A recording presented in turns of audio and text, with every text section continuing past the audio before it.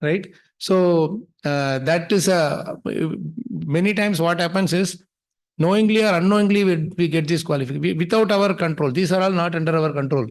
Like coming in somebody's lineage, right? Even Vena was in that same lineage. He never had any desire to be born under Dhruva Maharaj's lineage, right? But somehow, whatever Ajnata Sukritya that might have been, they are born. So the fact that even Banasura was born in the lineage of Prahlad Maharaj, right? So even though he was not saintly in his behavior, but Krishna, because he still promised Prahlad Maharaj that I will protect all your future generations, he didn't kill him, right? He had thousands of hands with him. So he cut off all those hands and left only with 2 hands, right? So this is how Krishna. This is one nice thing that we can take it as, we are born in a parentage, whatever. That is something which you have done. Some credit is there. That is why you are born in that family. But still, again, in order for us to feed into anything, we are starting with zero. But already some baggage is there. Positive baggage is there, isn't it? So for us also, how do you take a lesson from here? I mean, lesson means or translate it into ourselves. We didn't really have so much of a hankering about devotional service in our life also. But somehow, somewhere, some devotee association, some prasadam, some kirtan, whatever it may be, we got in touch with it. And now we are really all around, we are protected by devotee association and devotional, what do you call that as? It's a kavacha, devotional kavacha, isn't it? So if you even now, if you see, what exactly do we have to take that credit? We are, if you honestly see, we suppose if you are saying that, Bhagavatam class is there, Prabhu, it is late, we have to rush. Oh, Prabhu, I haven't taken prasadam yet. No, but it's okay. Bhagavatam class should not be missed. Prasadam you can miss. If somebody tells like that, right? How many of us will be able to skip the prasadam and continue the seva?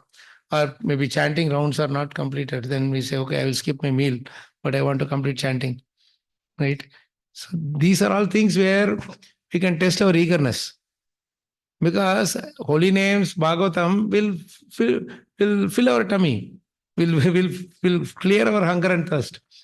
When we have that faith, then we don't have to, worry about our what do you call all these bodily related things. In fact, the 29th chapter, the very most important verse that Narada Muni will speak to Prachina Barhi is about this, how to get rid of hunger, thirst, etc. by Bhagavatam, by relishing the holy names and pastimes of the Lord.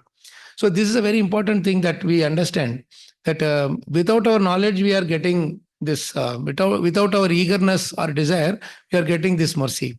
This is Krishna's special mercy upon us, right? So that is what he is getting also, right? Prachana Barhi, the first and foremost thing we have to understand is that we can learn from here is that he is sending his children to forest for tapasya, but he is enjoying karma kanda activities. Right? Many times we tell, see, I am doing this seva in the temple, but my parents are in Maya. Many times people say that, no? But actually, Krishna takes care of everybody in their own way. We don't have to judge somebody else whether this person is in Maya or this person is in Krishna. Krishna knows each person's capability and their capacity, right? So we will start off with this first sloka, with this thing, with this little intro. We will start off with this first sloka and we'll understand. I will tell you again, these 4 or 5 chapters, the slokas which you read may have just a story flow. We may not have the time or the thing to go deep into the thing, and that may not be like man Puranjana is getting attracted to a girl. What is there to dive deep into it? Attraction is attraction.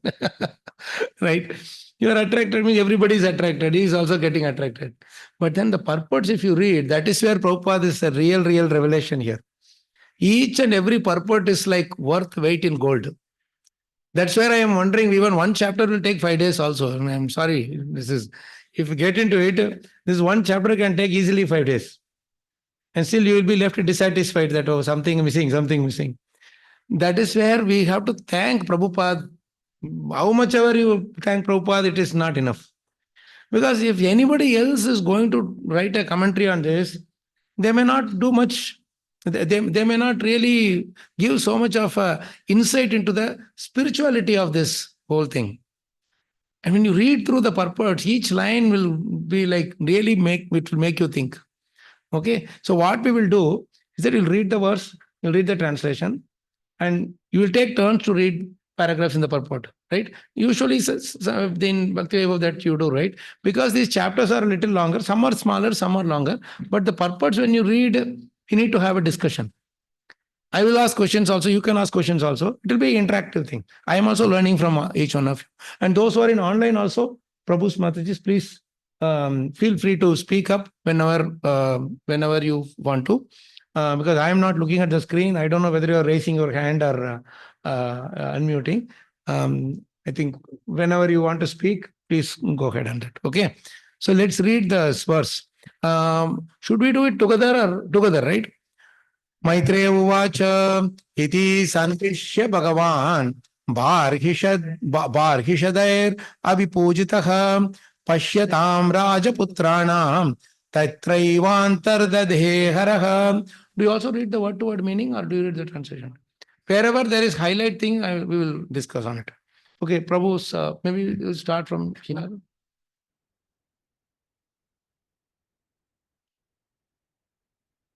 The great sage Maitreya continued speaking to Vidura. My dear Vidura, in this way, Lord Shiva instructed the sons of King Barhishat.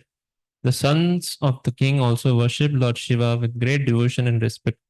Finally, Lord Shiva became invisible to the princess. So this is continuing from the last chapter, where one interesting thing when you notice, this in this part, the Prachetas went to the forest as per the instruction of the father. Okay. And the reason why Shiva came, what did he say? I am very happy to see the friendly cooperation amongst you all. Isn't it? Krishna also says the same thing. Shiva also says the same thing. Brotherly, you are doing everything together in a cooperative way. So in order to attract the mercy of Krishna and his pure devotees, 3 things are very important. First is, you have to be cooperative in your dealings. This is very important. This cooperation is a very interesting word. Cooperate means we always say, Prabhu, you have to cooperate with me. You are not cooperating with me. Right? Many times we say that. But the word cooperate itself means that he doesn't have to cooperate with you. He has to simply operate. Cooperate means you also operate, I also operate. That's not cooperative. So we let other operate, I also operate. This is what my spiritual master, Param Puja Mahavishnu Maharaj, told, very interesting. When we speak the word cooperate, we don't understand what we are saying. Suppose somebody is washing the pots, another person is cooking. Then you can't tell Prabhu, you are not cooperating with me. He is doing his service. Let him do his seva. You do yours. When you are saying you are not cooperating with me, what you are saying is you are not operating in the way I want you to operate. Understand? That is not cooperation. We might misunderstand the whole thing. But say, now I am speaking, you are all hearing. Whenever you want to speak, what you will say, Prabhu, like that, you will raise your hand or you will just speak up. And I know, okay, when you are speaking, I have to hear. I have to give the time for you to speak. So instead of you, when you are speaking, I also speak, then both of us will not be able to hear. Correct? So this is where there is no cooperation. When you are doing kirtans, somebody is playing mridanga, somebody is playing kartal, somebody is playing harmonium. If the kartal is playing two beats and mridanga is playing 3 beats, then how will it match? Right? Or the kartal is telling, I will not play when you are playing. Then there is no cooperation. So you are doing your activity in such a way that it doesn't disturb the other person's activity. That is cooperation. On the other hand, it should enhance the sweetness of the other person's service. Got it? When I am washing the pots, I should wash it in such a way that there is no dirt or something sitting in there. So that when the other person is using it for cooking, it doesn't contaminate the food there. You understand? I cannot say, hey, you are cooking, I am washing, my work is service is greater than yours. Without my service, you cannot run. Those things don't work. So this is what is actually cooperation means. The first thing we have to learn is cooperation. Unless and until we work together in harmony, working in harmony is called cooperation. In such a way that it enhances the sweetness of the other devotee service so that he will please the Lord even more. So I should be very happy when Krishna is pleased with the other devotee more than me. That is really cooperation. Sometimes what is, hey, if Krishna is pleased with him more than me, then that is not good. So I will not cooperate with him. I will not help that person in his service. If some devotee wants to give a class, he comes to me and says, Prabhuji, can you please give me some tips on this chapter? I will say, Prabhu, if I tell all the secrets, then he will go and speak and he will get a more name. Then my name will go down. This is all insecurity feeling and Isha, envy feeling. Here, cooperation will not be there at all. On the other hand, see Narada Muni, this is best cooperation. Dhruva Maharaj, Prahlad Maharaj. Dhruva Maharaj went back to Godhead in 6 months before him. But Narada Muni was so happy that out of great transcendental pride, he goes and tells about his disciple towards all the rishis. You see, I just told one mantra and he went back to Godhead. How pure he is, like that. So this is called Kritva Atmasat. Means without any duplicity, without any holding back, you give everything to the disciple or the whoever is your say subservient, whom you are guiding basically. So this first is cooperation. Second thing is obedience. They were 100% obedient to their father. Right? Here, one very important thing for us only, this is we insisted, very important thing. What is that? Even if the person who is speaking to us, giving us the order, if he is not in line with what he is speaking, we still have to obey their order. Especially when they are parent and guru. Right? As long as the instruction is helping us progress in our bhakti, in our aim of life, ultimate aim of life. Right? So here, Prachana Barhi is giving instruction for them all to do tapasya. But he himself is engaged in karmakanda activities. But Prachetas didn't go and question their father. Hey, you are telling us one thing, you are following something else. Why should we follow you?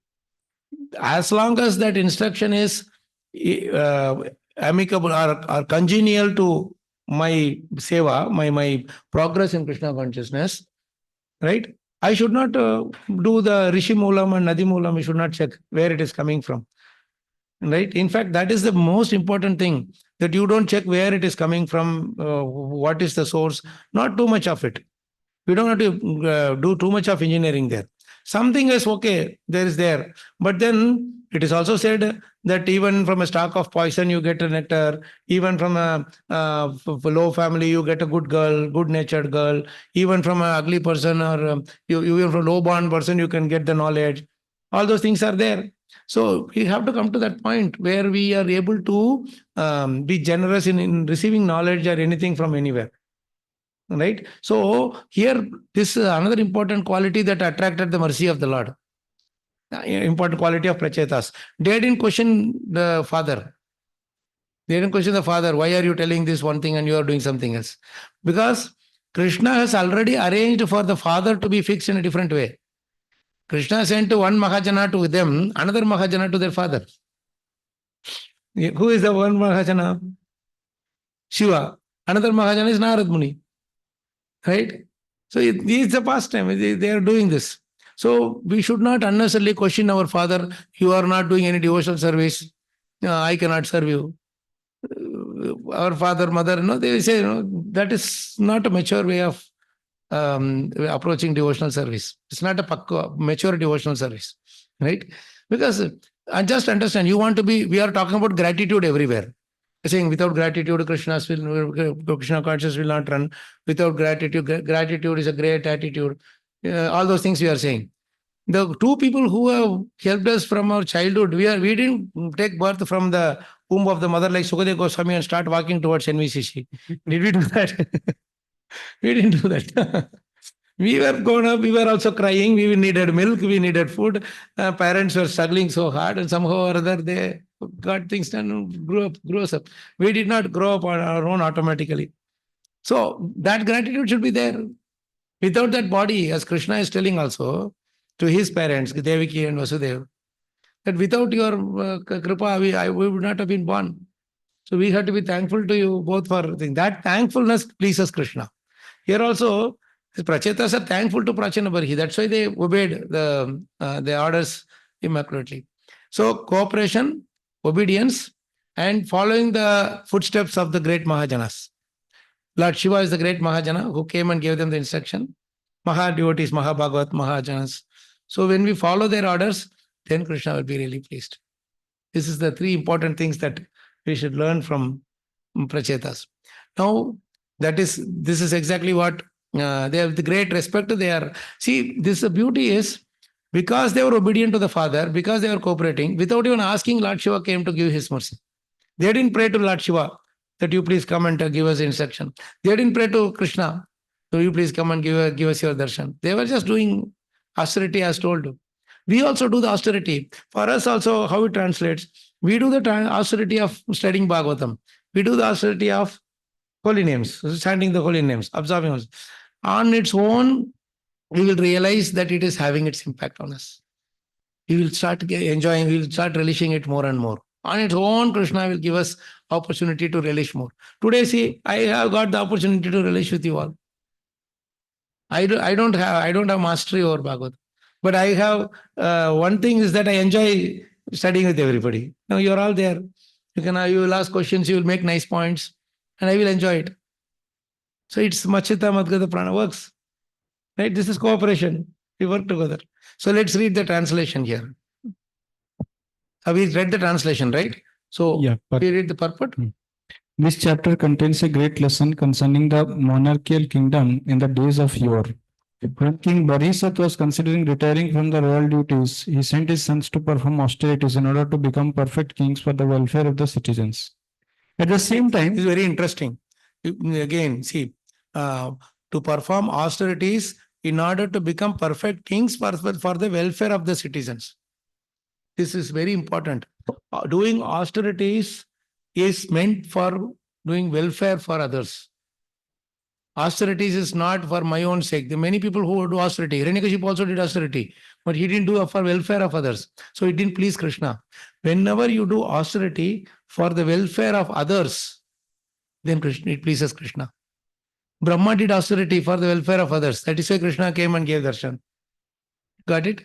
So there is a difference between austerity for one's own sense gratification well-being and austerity for others' well-being. And our austerity is for others' well-being, for others' welfare. Now we are reading Bhagavatam. It is not for gaining our own knowledge. The study of Bhagavatam is not simply to gain knowledge. Knowledge comes as a side effect. What is the main purpose of studying Bhagavatam?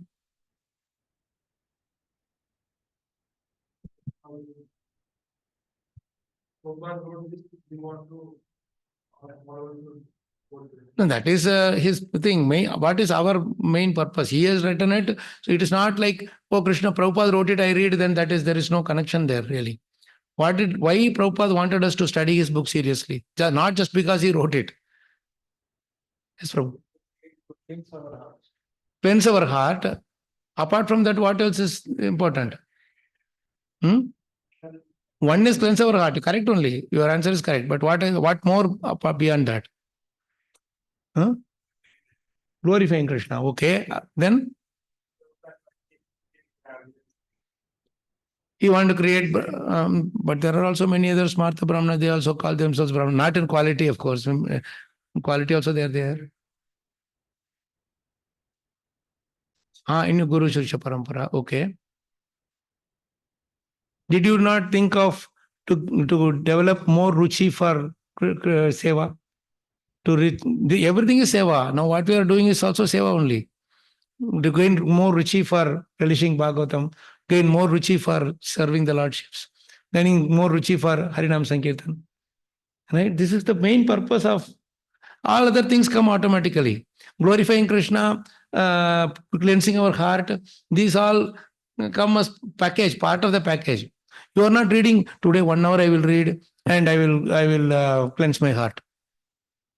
The cleansing Ashtapraya Shabadreshu automatically happens when you do Nityam Bhagavata Sevya for Bhagavati Uttama Shloka. Right? You understand? Both happen at the same time. Bhaktir Bhavati Naishtikya and Ashtapraya Shabadreshu. Correct? So that Nashta Prayashu, you don't develop like, I have to work so hard to do Nashta Prayashu Abhadreshu. You just develop Ruchi, automatically all the Abhadras are goes destroyed. Correct? So that Ruchi is the most important thing. We just, the more we see, he sent his son to perform austerities in order to become perfect kings for the welfare of the citizens. So the reason for performing austerities is to do welfare of the citizens. Now, when you read this statement, you develop Ruchi for Prabhupada's writing. Prabhupada's words. It's such a nice statement. This is how we should dive deeper into Prabhupada's books. Right? In 3 hours, you cannot read all the purports of this chapter. Suppose I keep one chapter every day also, we cannot read all the purports. But we can gain some guidelines of which lines. Okay, this line is something is seemingly special coming out of it. So every line, when will it come that something special? When you see that, in that statement, I am seeing something that I can practice. That's something that I can practically apply. Pretty much every statement of Prabhupada will be like that. But based on our reading, first reading you will see in certain statements. Second reading you will see in few other statements. So that is why our study of Bhagavatam should be throughout the life. It's not just for like 1 year, 2 years, 3 years for a certain course. No, not like that. Bhagavatam, once when I asked my Guru Maharaj, how important is Bhagavatam study, Maharaj? And he said, how important is, he didn't give an answer. He asked a question in return. He said, how important is your breathing? He asked. Oh, very important, Maharaj. Tell me how important it is. And I said, every moment you have to breathe, otherwise you will die. Then Maharaj said, so how that much important is your breathing now? Then if you don't breathe, you will die. But Bhagavatam is even more important than your breathing. You can forget to breathe, but you cannot forget Bhagavatam.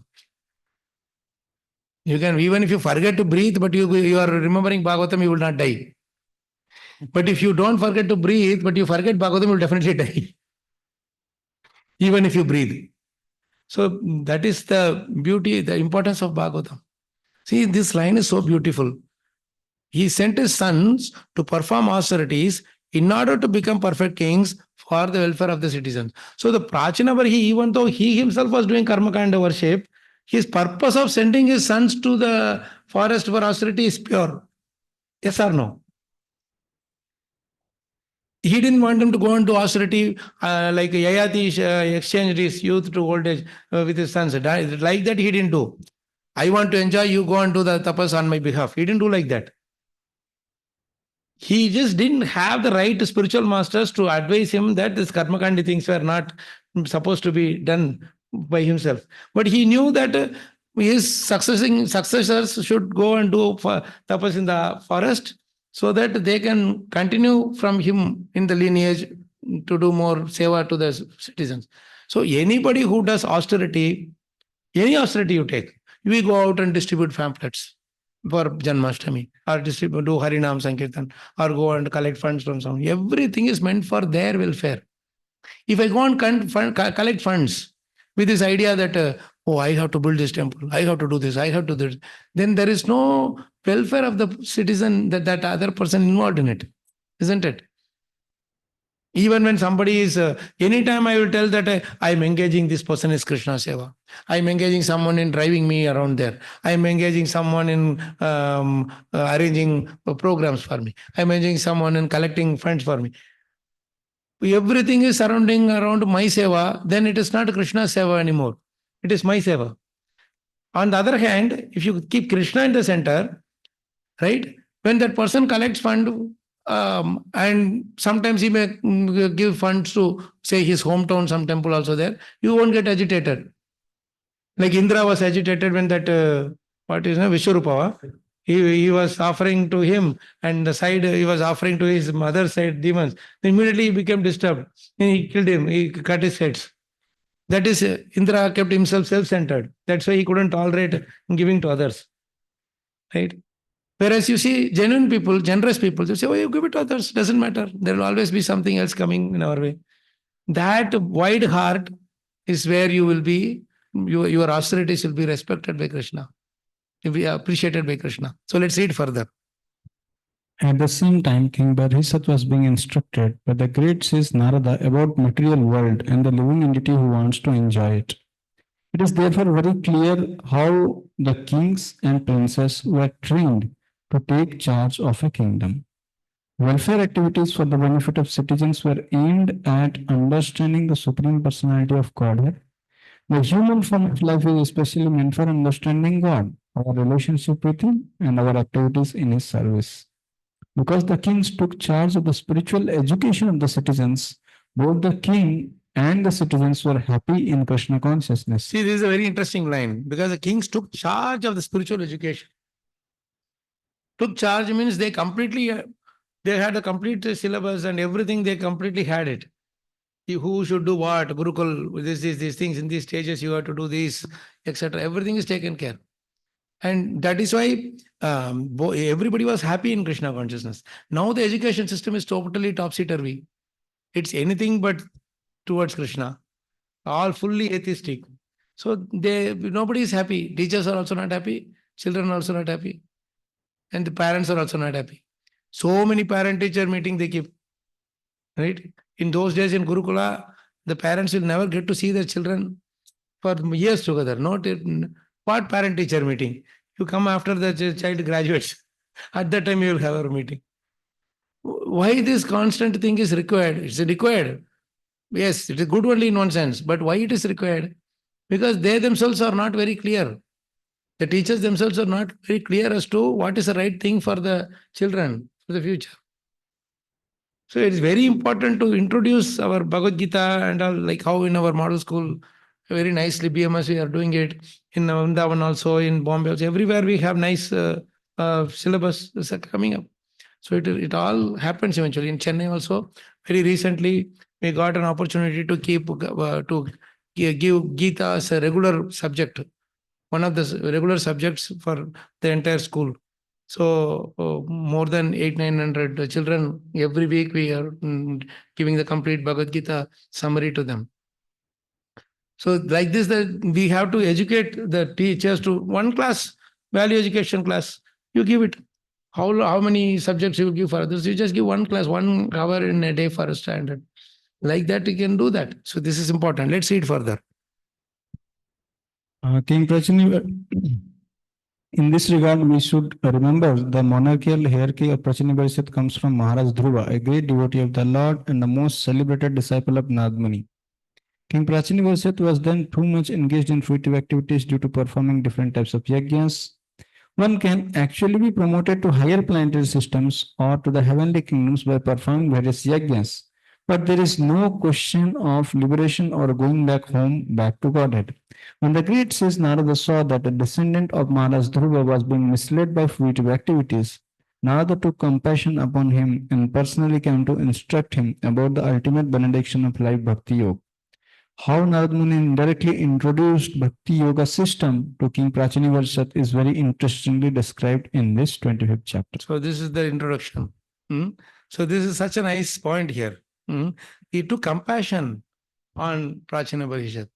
Many times what we see is when we see somebody enjoying, we don't develop compassion upon them. No, we only we are only irritated, or like we get despicable it is. And this guy is like enjoying, this is nonsense like that. But it takes a lot of austerity to feel compassionate to that person. It's very, very difficult. Somebody is a drunkard, he's just moving around without any proper consciousness, and we are doing Harinam. Many times we just get rid of this guy. We want everything nice and sattvic mood, right? So still that has to mature. It has to become pakka, So this we have to be very thankful to Narad Muni for being so merciful um, through Prachina Bhakti to all of us. Because if you see, the number of people who are like Prachetas is very less. There are not so many examples of Prachetas. But there is so lot more, 99.9% of the examples are about Prachina Bhakti. Those who want to do fruitive activity, do so much hardship to do fruitive activity and enjoy the life. That's all. There's nothing beyond that. It's available. Okay, any questions here before we move on? Comments? From online also, anybody can ask.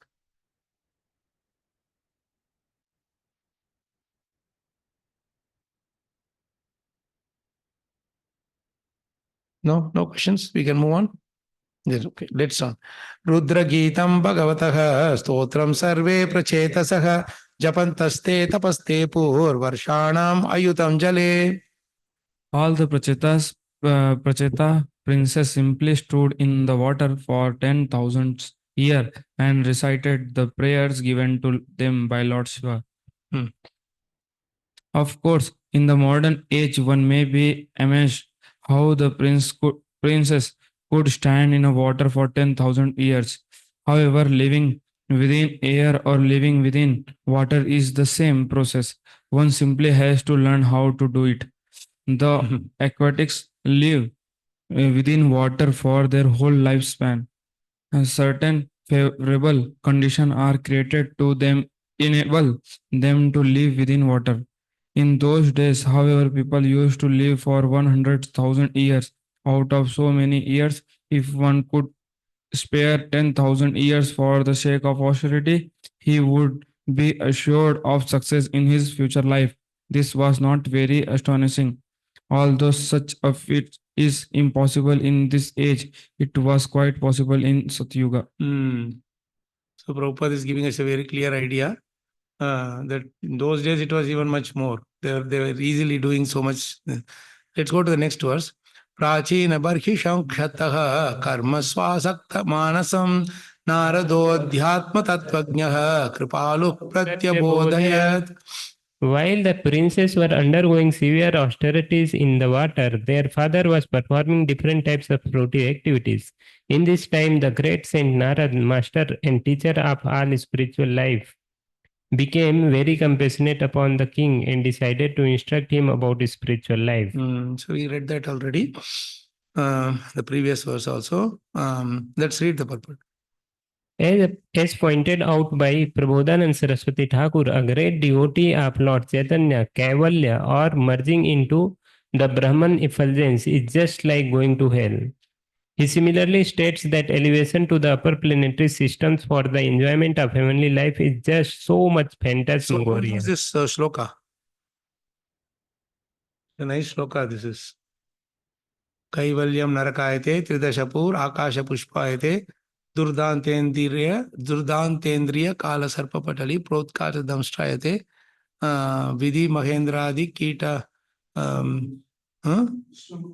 Vishwam Purna Shukayate Vidhi Mahendradi.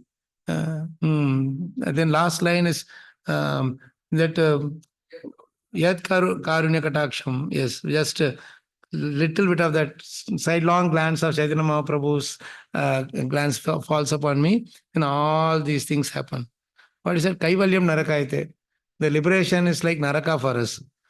Tridashapur Akasha Pushpayate means going to the higher planetary systems and all that. That is Akasha Pushpa. It is means it doesn't exist, but we are thinking it exists. It's of no use. Akasha Pushpa. Do you think Akasha Pushpa is there? A Pushpa means it has to be in the tree. Akasha Pushpa is a what is that? Misnomer. Huh? Sorry, what is that? Godadimba, yes, Godadimba. Akash Ganga, Akashawani, Akasha this thing, no? Akasha Pushpa, right? So this is, it's not there, but we are thinking it is there.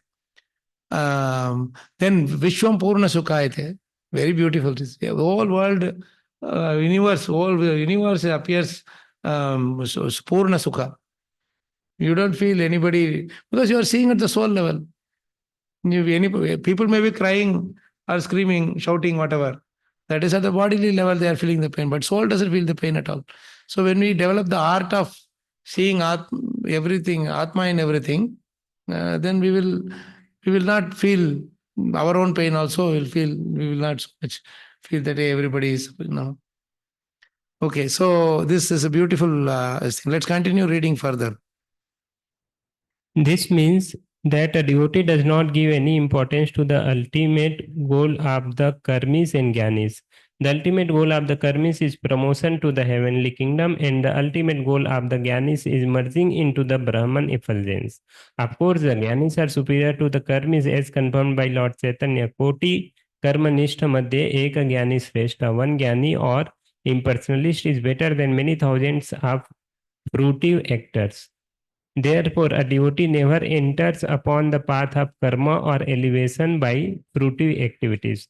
Narad Muni took compassion upon King Prachin Barisat when he saw that the king engaged in fruitive activity. In comparison to mundane workers, those who are trying to be elevated to the higher planetary systems by performing yagnas are undoubtedly superior. In pure devotional service, however, both karma and jnana are considered bewildering feature of the illusory energy. Karma kanda, jnana kanda, kevala, sharabanda. Nice. Now, okay, let's read the next verse and then we'll see. There's a beautiful definition of fruitive activity in sixth canto. We'll go there after this is done. Shreyastvam katamad rajan karmanatmana ihase dukkha hani sukha vaptihi shreyastanneha cheshyate. Narada Muni asked King Prachina Parishad, "My dear king, what do you desire to achieve by performing these fruitive activities? The chief aim of life is to get rid of all miseries and enjoy happiness. But these two things cannot be realized by fruitive activity." See, here also he is telling about the aim of the fruitive activity. Your yajna, and all you are performing. It's only two things. One is get rid of miseries and enjoy happiness. He doesn't go anything beyond this because in fruitive activity there is no question of higher consciousness, learning more knowledge, and those things are not there. Right? So he is telling, but these two things cannot be realized by fruitive. What he is saying is, though this is the aim of your fruitive activity to reduce miseries and increase happiness, end of the day you will not be able to achieve that goal. Fruitive activity is going to give you even more and more trouble only. You understand? This is a beautiful question that is asked by Vidura to Maitreya. Where it is? Can anybody tell that quote, that shloka? You would have already completed that.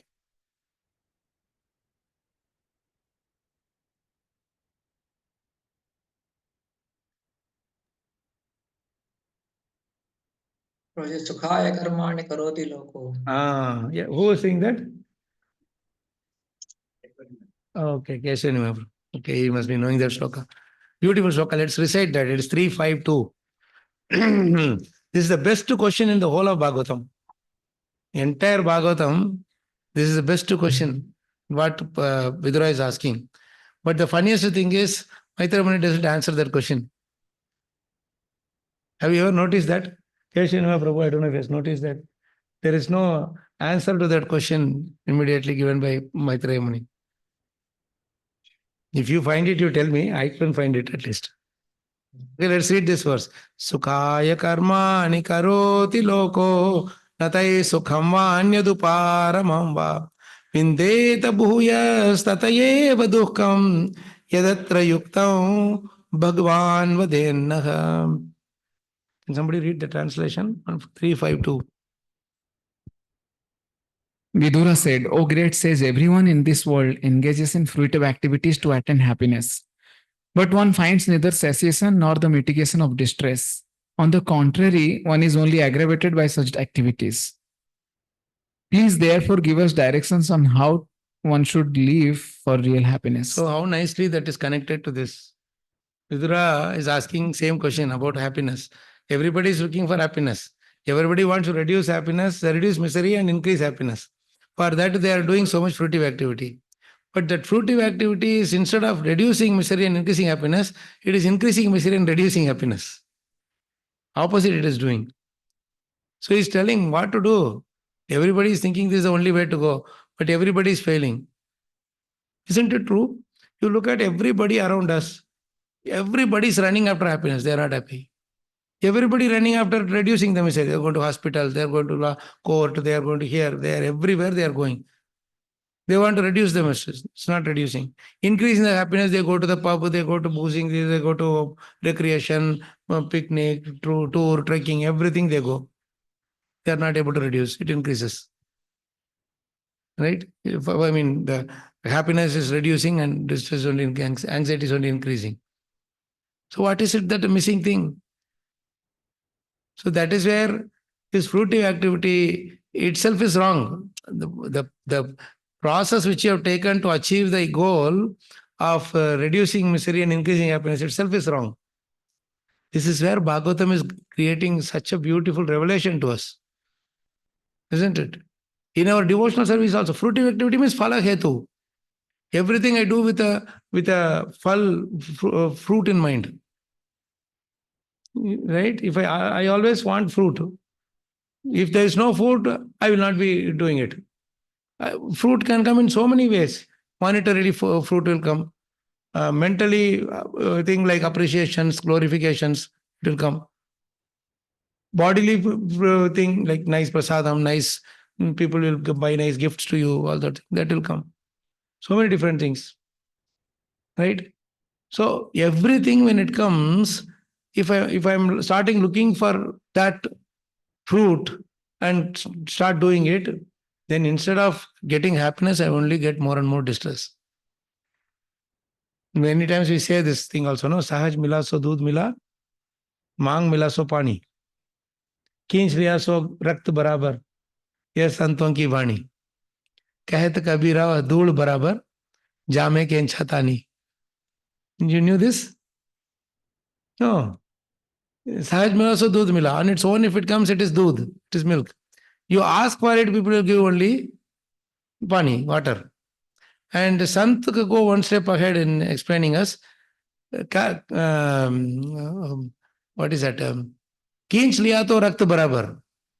You grab from the other person, only blood will come because he will also hold, only you will pull each other's thing and only blood will come. His blood on you and your blood on him. Okay. But Kabira goes one step further and he says, Kahet Kabira dhul barabar. End of the day, you will get only dhul, dust only you will get. And you do kenchatani. You know, the tug of war they call it, no? You also pull one side, they also pull one side. Both of them will pull, then both of them will fall and they will only get dust, nothing will come. This is the level of our fruitive activity when we are always hankering for things. Anything that has to come, on its own, let it come. Sahaj Mila. If you are saying, oh no, today that devotee got it, today, tomorrow I also will. That means we are doing with a phal in mind. Krishna doesn't like anybody who does any activity with phal, fruits in mind. That is why this whole chapter is intended, in fact, more important than Prachetas is Prachana Parhi's thing because it relates more to the 99% of the people. If Prachetas are already into, those who are already into devotional service, for them they give the instruction. They give lessons. But Prachanavari gives a lesson for 99.9% of the people in this world. Because everybody is running after that. Correct?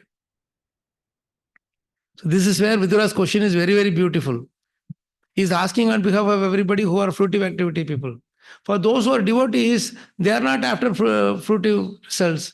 So for them, whichever way Krishna is giving, like Bali Maharaj, for example, whichever way Krishna is giving him, the result is all right. Favorable, unfavorable or favorable, fine. Sudama, unfavorable or favorable, fine. Vidura, favorable or unfavorable, fine.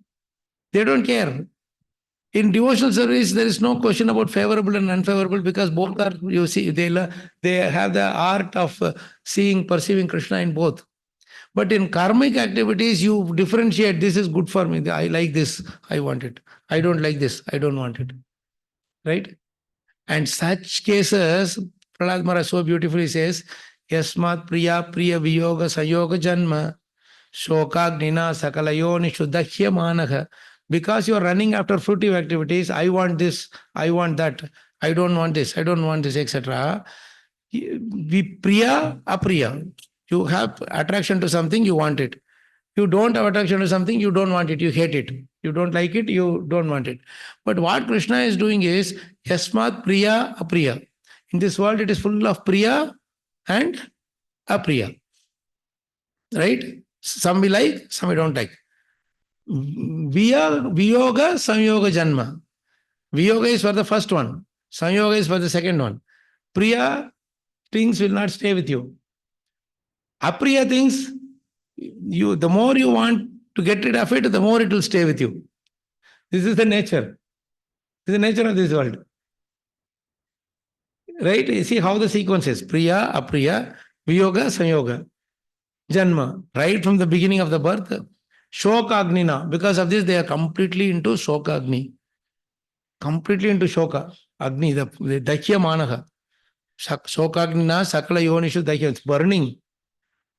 And for this, what they are doing, this fruitive activity, what it does, Prahlad Maharaj is so beautifully telling in the third line. Dukkha aushadam tadapi dukkham. Okay, I am trying for happiness, I am getting misery. So let me do something else to fix that. Corona came. For Corona, everybody said, okay, you put one shot. Vaccine, COVID, whatever, Covishield, whatever. That day, that was all, we were speaking that more than Bhagavatam every day. Then one shot they gave, everybody had to put. And after some time, they said, no, you have to put second shot also. Second shot. After that, sometime later, they said, booster you put. Booster, rooster, whatever. That also you put. Then after that, people are getting problem. Then they go to the doctor and say, oh, you are over 50 years. This is normal for you. And then they say, oh, you are under 50 years. This is normal for you. Some other problem. Somebody will die also. You'll be happy that you are not dying. Man, if you had not put the vaccine also, you are going to die anyway. Why you have to put the vaccine and then you die? And then they are saying later only. Right? So the more you are after this, somehow or other I want to save myself, somehow or save myself, etc., etc. The more this is what dukkha aushadam tadapi dukkham. Originally that corona came and went away. But now, in order to avoid that corona, whatever we put, it is going to be sitting with you for life. Right? For lifetime, somebody will get diabetes, sometime will get kidney problem, somebody will get liver problem. He said it's all because of the vaccine. You see, we promised you it will get rid of corona. We didn't tell you other things won't come. This is how they cheat. So this fruitive activity is so beautifully explained, the effects of fruitive activity. Dukkha aushadam, whatever aushadi that you got to destroy the dukkha, it is tadapi dukkham. It is more dukkham than the previous original dukkha itself. Why? Atad diyaham. This is the beautiful 3 words in that verse. Atad diyaham. Atad means, we think that atad is not that. But actually atad means not Krishna. Because in Om Tat Sat we say Tat no. Om Tat Sat. That Tat is Krishna. Tat means indicating. Right? Tat. We say that. Anywhere you point and say Tat, it is Krishna's property. Right? So whenever you say Tat, it is actually Krishna. And Atat is not Krishna. Right? Priya, Apriya.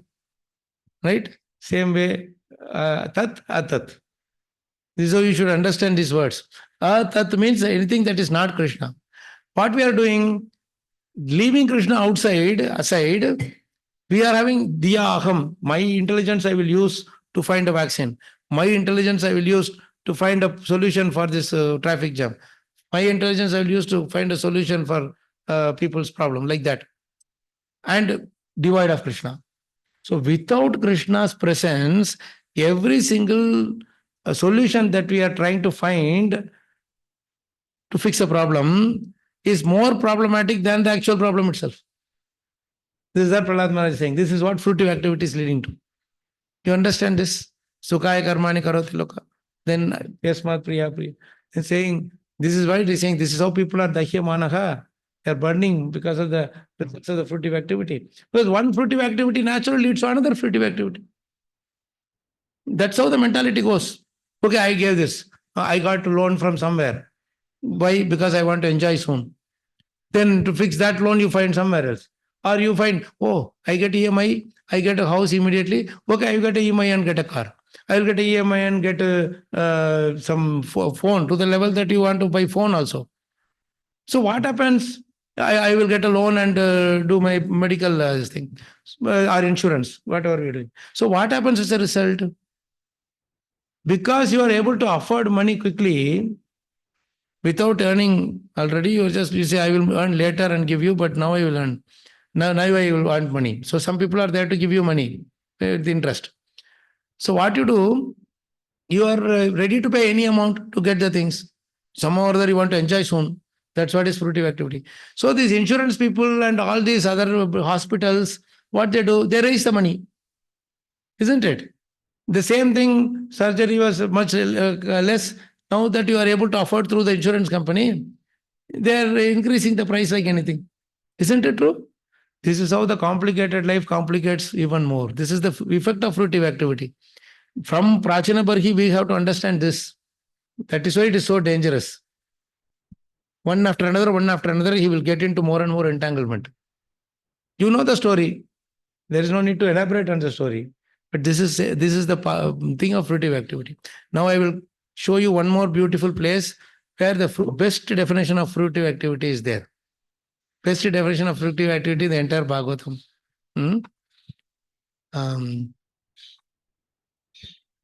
I will tell you, it's in 6th canto.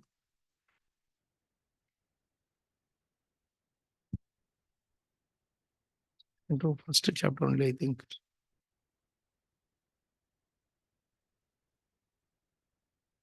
Beginning itself it will come.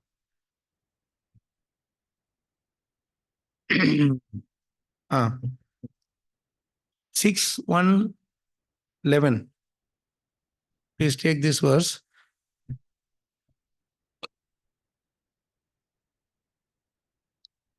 Shri Badarayani Ruvacha.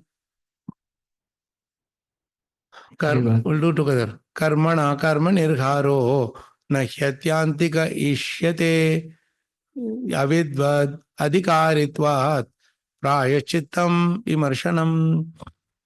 Somebody read the translation. It's a very beautiful translation. Sukadev Goswami, the son of Vedavyas, answered, My dear king, since acts meant to neutralize impious actions are also fruitive, they will not release one from the tendency to act fruitively. This line is very beautiful.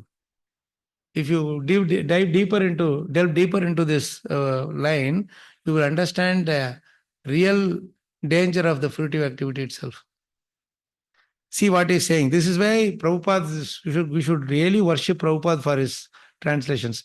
If you simply read Karmana Karma Nirgaro, you will not understand much. Even if you are a Sanskrit scholar, you will not understand much. But see how Prabhupada has translated it so beautifully. Dhire dhire jana hai, no? We should, Bhagavatam, don't rush in like this, that way. You one line you read and sit on it. Sit on it for some time. Like Tukaram sits. Nasim Mehta sits on it. Like that, you sit on it till you get a handle of what this means. Right? See what he's telling. My dear king, since acts meant to neutralize impious actions are also fruitive. Now Prachinabari is doing all this yajna to do more and more, enjoy more and more happiness and to remove distress.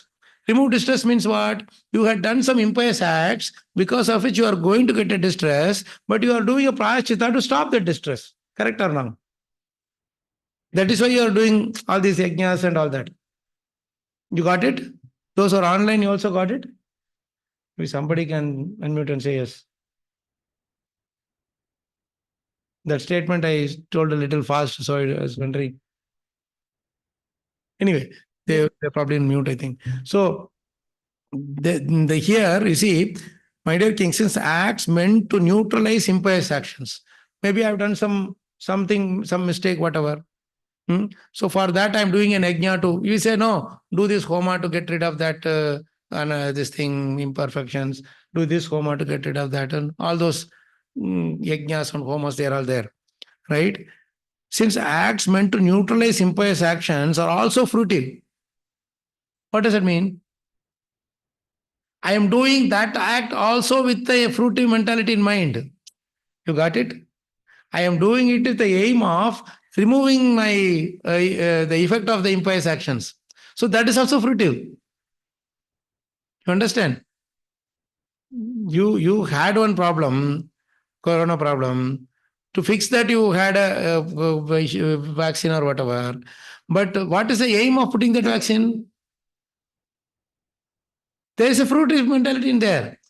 Already you got one fruity thing. To fix that fruity thing, you have one more fruity thing. So this fruit, who will like you have one EMI, you are paying interest there. To fix that interest, you get EMI from another place. People do that, Here 12% interest. I will get it for another for 10% and fix it. And who will do it for that 10%? You got it? So this is a EMI. Everywhere you buy EMI, you don't know which one to pay what, and then credit card will be there. You have to pay fine after fine after fine. This is how loans are all on top of our head. You understand this, the danger of this whole thing? So this is such a beautiful statement here. This defines your the fruitive activity, definition of the fruitive activity, and the danger of the fruitive activity also. See, since the acts meant to neutralize impious actions are also fruitive, they will not release one from the tendency to act fruitively. He is having one EMI. He wanted to get it done quickly, but he gets another EMI. So what happens? He gets the adat pad jayega. I mean, he becomes habituated to get loan everywhere. So he will not stop at all. So the tendency is not going away, right? It is like cleaning a pot of wine with wine itself. That's what Yudhishthira Maharaj refused when Vedavyasa told him, you please do this one other Ashwamedha Yajna. As if 64 crore people I killed is not enough. You want me to kill one more horse on top of it to remove these things. This is foolishness. I won't accept it. So this is where beauty. Persons who subject themselves to rules and regulations of atonement are not at all intelligent. See how beautiful this statement is. Indeed, they are the mode of knowledge. Unless one is freed from the mode of ignorance, trying to counteract one action through another is useless because this will not uproot one's desires. Our desire it will not uproot. So that is why Kechit Kevalaya Bhaktya, he says this after this. Vasudeva Parayana. Agham Dunvanti Karstena Nikharamiva Bhaskara. To uproot from the root, only bhakti is possible. Because bhakti is the only thing which we do without fruitive mentality. Which we can do. Not we do, we can do. We are supposed to do, but we are doing it or not, we don't know. Right? So bhakti also, if you do it in a fruitive mentality, that also will not fix your problem completely. A very serious thing to note. When you go to Vrindavan Chandra, you only ask for an opportunity to serve. Like Bali Maharaj asked only one thing. Brahman, Kim Karavamate. Kinkar. Kinkar means, what can I do for you? Kim Karoti iti Kinkar. That's what he asked. And Vaman, they completely sold out to him. So I don't want anything in return for this. Please allow me to serve. That's all. I serve you and all the wonderful devotees. That's all. That same thing if you do here, no problem. But fruitive entitlement means, no, if I do this service, what will I get? I am doing service for so long. Why I am not getting this? Someone else is getting. Comparison, competition, everything comes into play. It makes the fruitive activity even more severe. You get more and more entangled in it.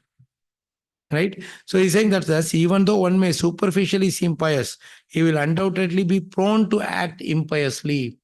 This is what Nardaman is going to tell there. You seem to be pious, doing all this activity. But in the process, what you are doing, you are killing so many animals. That is a impious activity, sinful activity. Right? You can do one or two for the sake of the lokahita, whatever. But you are doing excessively killing for your own enjoyment. That is why he later says, see all the animals that are stand there ready to pierce you. So therefore, then he is saying the real atonement is enlightenment in perfect knowledge by which Vedanta, by which one can understand the supreme absolute truth. This is bhakti. Bhakti based, Jnana Yoga. That is the thing that he's telling you. Learn this, get this knowledge.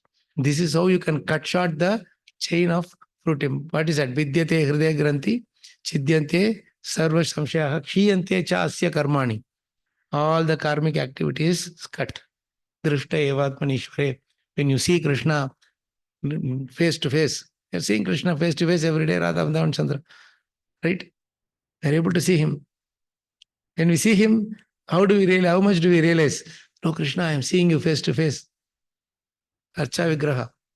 So these are all some of the things which can connect to the fruitive activities. Many more such things are there. Do you see how Bhagavatam connects very nicely? We saw one sloka. What are the slokas we saw till now?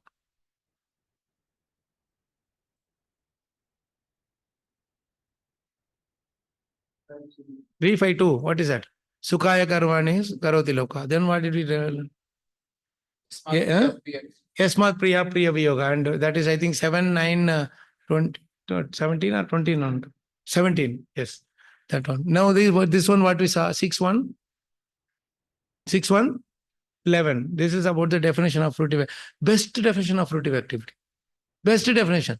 Even in our devotional service also, every time we look at it, why it is not giving me happiness, something I do. I went and did book distribution. Suppose I did book distribution. Whole day I did nice book distribution, but still I am coming back with some dissatisfaction. Why? Because until I finish that thing, I will say, oh, today I have distributed 250 books. Until I reach the temple, I will be happy. The moment I reach the temple, I will say someone else has scored for 350, then my happiness will go down. Why? Because the idea was not to do welfare activity through the citizen, like what we saw, performing the austerity with the aim of doing welfare activity to the citizens. We didn't do it so much. My idea is to be the top scorer in the name. My name should be in the top, or my name should be. I should be given some award, whatever. That is fruitive activity. Understand? Same devotional service also you do with fruitive activity. Then sukhaya karmani karoti loko natai sukham vanya duparamamba. Sukha also doesn't increase, dukkha also doesn't decrease. On the other hand, it is increasing only. Right? So this is very carefully we should avoid these traps of Maya in the form of fruitive activity. We will convince ourselves, see, how is fruitive activity? It is book distribution only. It is some seva for Janmashtami only I am doing. I can argue I am doing it for Krishna only. If you are doing it for Krishna, even if you distribute one book, you should be happy. And you should be happy for the other person who is distributing 500 books. Both should be there. Right? If both is happening, then we have not done it as a fruitive activity. I'm just taking that as an example. But anywhere you go, our outlook should be very broad-hearted.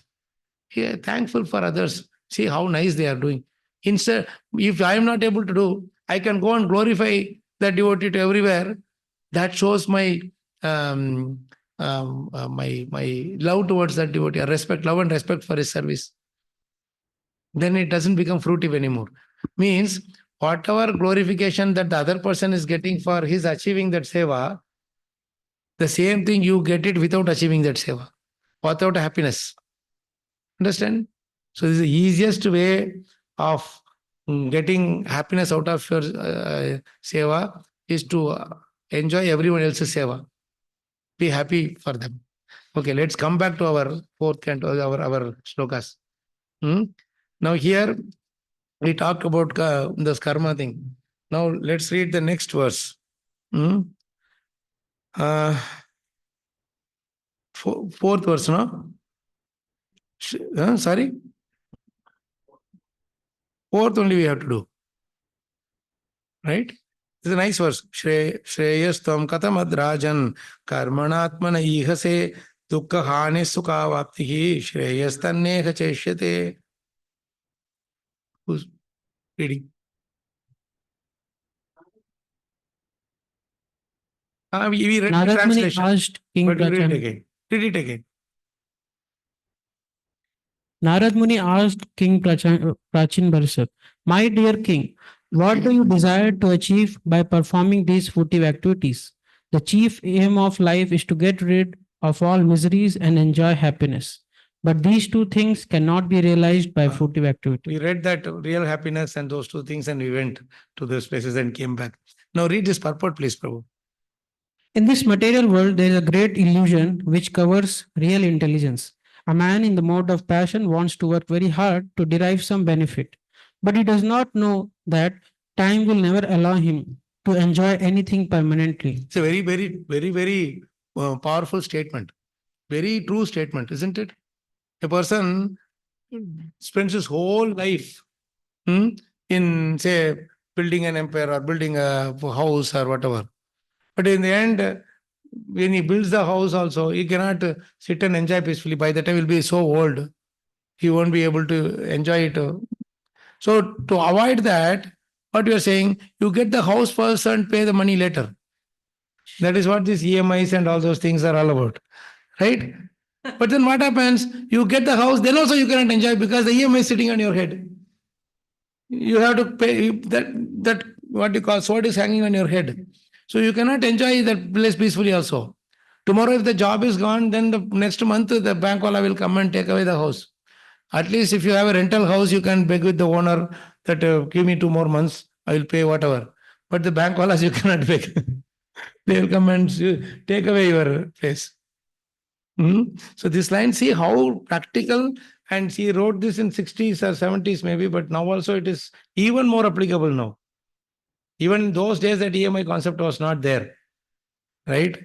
Those days, you get it from some illegal or some informal means from other brokers, whatever. Now, officially, in our nationalist banks itself, they are giving loans. Maharaj used to say one thing to us: if you want to really enjoy Bhagavatam, only one thing you do not have loans in your life. The moment you have loans, Bhagavatam, your mind will not go inside Bhagavatam.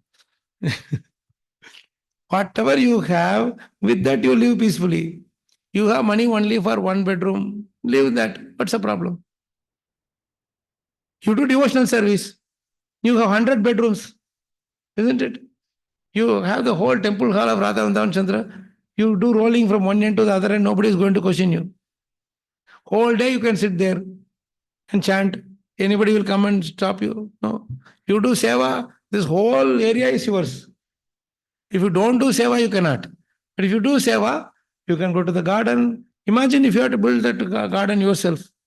How much endeavor you have to do, how much money you have to earn. And such a beautiful palace-like temple. All the nice rooms and everything. All you have to do is simply sit and read Bhagavatam and Bhagavad Gita. Chant your rounds. You have opulent life. And you run after fruitive mentality. That is why he says Kripana Phala Hetavaha in Bhagavad Gita. Kripana means so much big world is there for you. You are thinking this much only is mine and you are focusing on that only. Doesn't work. So please continue. See, each line, Prabhus, I'm sorry, but you see how much discussion points are there in each line. If you think through, each one of you will have so much more to say. So please feel free to interact, share your thoughts also, even if it is against my whatever point I'm sharing. You please, this is how Anubhavam, Yaswa Anubhavam, Akhila Shruti Saramekam. You combine your Anubhava. When I'm saying about EMI, everybody is smiling because all of you know the problem. When I told about Corona, everybody was smiling because all of you saw the problem, right? So when I told about book distribution, also all of us know what is the fallacy that we are, the shortcomings we are facing, isn't it? So it's all Anubhavam. It's our Anubhavam. So Anubhavam, you combine with the Shastri conclusions, then finished. The whole thing is done. And only one thing you should do, Karunaya. You understood the concept through a combination of your own experience and Shastri conclusions. Combine together both now. So the knowledge is, realizations are settled in your heart solidly. Then now, only one thing you should have is Karuna. Like how Narada Muni is showing Karuna to Prachina Barhi. We also should show Karuna to people who are coming, nice, smiling. And even if they have some problems, simply smiling alone is not enough. When they have some problems, sit with them and hear them out. You sacrifice your time. You can sacrifice money easily. You cannot sacrifice your time easily because money will come back. Time will not come back. Time will not come back. Suppose I have some money, I can give it to you if you need. Tomorrow you can give back that money, or somewhere else that money will come to me. But if I give my 1 hour to you for your work, not my work, your work, will I get that 1 hour back? You get it? You can give your 1 hour to me, but that is your 1 hour, not my 1 hour. So my 1 hour lost is still lost.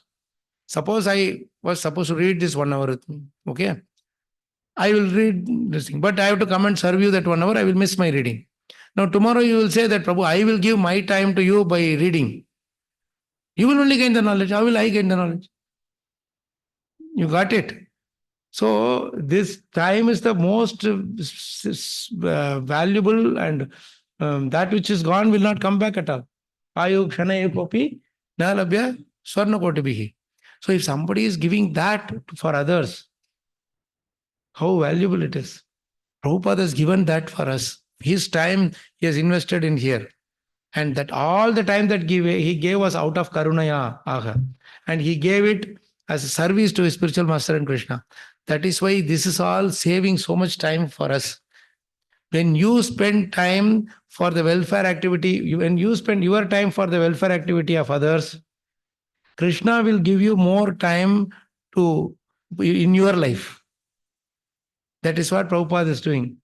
To everybody. He spent his time for everybody's well-being, right? So by reading Prabhupada's books, each one of us gain so much time. Because we will stop doing all those nonsense activities which are wasting our time or stealing away our time, isn't it? Now, this fruitive activity concept, if you understand properly, tomorrow I will not waste my time in fruitive activity. I will not waste my time in depression because of unfavorable results in those fruitive activity, whatever activity that you're doing, right? And then I will absorb myself in devotional service so that all the time I will gain. And that gained time I can again invest in Krishna consciousness. This is how the cycle goes. Let's read further. Each line, so much to read. Please, Prabhu, continue. Compared with the work one expands, the gain is not so profitable. Even if it is profitable, it is not without its distresses. See, these are all how true. Whatever you may get is very, very less. But even if you get something, it is not profitable at all. Who gets 7 course meal like we are getting here in our Brahmacharya ashram? Tell me. Even if you are not in Brahmacharya ashram, you are outside also. When festivals are coming up, man, you are not able to, the plate is so big, you cannot eat at all. And so much, for all that matters, you sit in I happen to, once in a while, I happen to come to Brahmacharya ashram to take prasadam. I come there, especially during festivals, when we are eating, as if we finish that, oh, so much prasadam is there and it's eating, so it's an austerity actually, right? To eat so much prasadam. And our Yugal Sham and all others come with cakes, big cakes. That is the final nail in the coffin. Whatever you want to say. Or cherry on the cake, we say.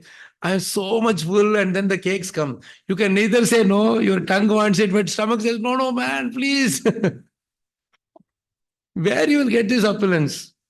And we don't do anything to do, just simply accepted Prabhupada's guidance and came to Bhagavatam, that's all. Please read further this thing. If a man is not born rich and he wants to purchase a house, cars, and other material things, he has to work hard day and night for many years in order to possess them. Thus, happiness is not attained without undergoing some distress. See how true these statements are. Please continue. Actually, pure 1 minute. For this, there is a beautiful verse again. What is Prabhupada saying here? Can somebody, in this last 4 lines of this first paragraph, what is Prabhupada saying here? Can somebody summarize in 2 lines?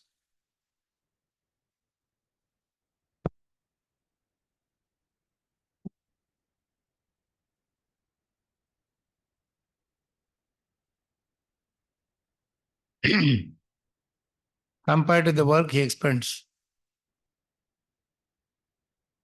In other words, a karmi is spending more time in gaining something, but he gets very less. But on the other hand, a devotee spends very less time, but he gains more, much more than what he expects. There's a beautiful verse for this. Please take 8:5:47. This verse is the best encouraging verse for all devotees, especially devotees, and for others also to take up devotional service. Let's read this verse. 8:5:47. क्लेश भूरि अल्पसाराणि कर्माणि विफलानि वा देहिनां विषयार्थानां न तथैवार्पितं त्वयि. Karmis are always anxious to accumulate wealth for their sense gratification, but for that purpose they must work very hard. Yet, even though they work hard, the results are not satisfying. Indeed, sometimes their work results only in frustration. But devotees who have dedicated their lives to the service of the Lord can achieve substantial results without working very hard. These results exceed the devotees' expectations. How nice, Lokana. This purport is also really golden purport. But just to give you a simple thing, Prabhupada says the same thing what he is saying here, no? The results are contrary to what you expect. Even though you work so hard, you just hardly get some little penny thing, that's all. Right? But on the other hand, devotees don't work very hard. All we have to do is get up in the morning, attend Mangalarti, Bhagavatam class, up to Bhagavatam, chanting Bhagavatam, that's it. In 4.5 hours, our life is complete. And then you get Rajbhog. You get a king size life, live life king size. Isn't it? Whereas karmi, if you have to get something like this, how much you have to work hard? When you go to, I don't know if you have been to London, many temples in France and any temple you go wherever, there they have this nice concept. Anybody from outside also, devotees can come for service. They can come, stay in the temple. Whatever little accommodation, humble accommodation will be there. In London, Soho Street Temple is in the middle of the downtown, so you won't get so many accommodation. But as brahmachari, as alone, you can go and you can serve during weekends or some week or something. You can stay there. All you have to do is do the service there, and you go to the Govinda's restaurant. You just have to tell, just make a devotee plate, and then they will make. You have to tell them that I have come for service. I will just make a devotee plate, and they will make one full plate full of opulent prasadam. But in order to get that same plate of prasadam, this other karmi person will come, spend so much money, 15 pounds, 20 pounds. He has to earn so hard and come and get that plate of prasadam.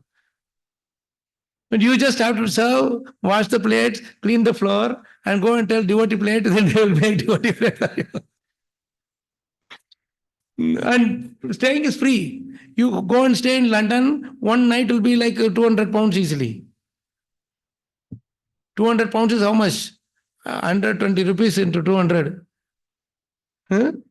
25,000 rupees one day we have to stay. And on the other hand, you go and stay in the temple, free prasadam, Harinam Sankirtan, Bhagavatam, nice darshan, everything is so beautiful. This is Klesha Bhurni Alpasarani, Karmani Vifalani Va. We don't expect anything. Right? Imagine getting a house here in anywhere in this area, or in camp, near camp, or Vishal Nagar, or anywhere else. So much we have to spend. But simply do service. All you have to do is simply, okay, whatever happens, I am under Krishna's shelter. That's all. Surrender, bus. That's it. So this verse is so beautiful. Prabhupada very boldly he declares, which business is there that from 40 rupees you can get 40 crores in 10 years? Tell me, then I will take that business. Anyway, these are all things which Prabhupada is giving us to attract. But what I mean to say is, in every way, bhakti is the most beneficial thing. Most beneficial. In all ways and means. Whether you look from financial point of view, relationship point of view, health, mental health point of view, physical health point of view, all directions and all views, this is the best.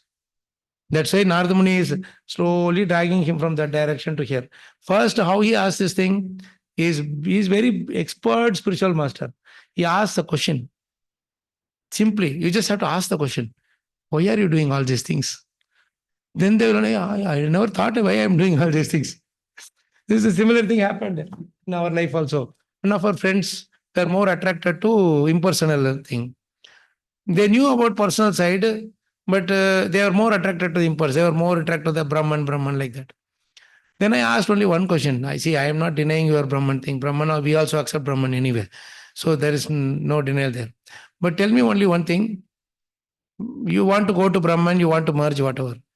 After going there, what you will do? This is the question I asked. You ask that question to me, I have an answer. Whatever service I'm doing here, I will go and do service there also. Right? The service is our thing.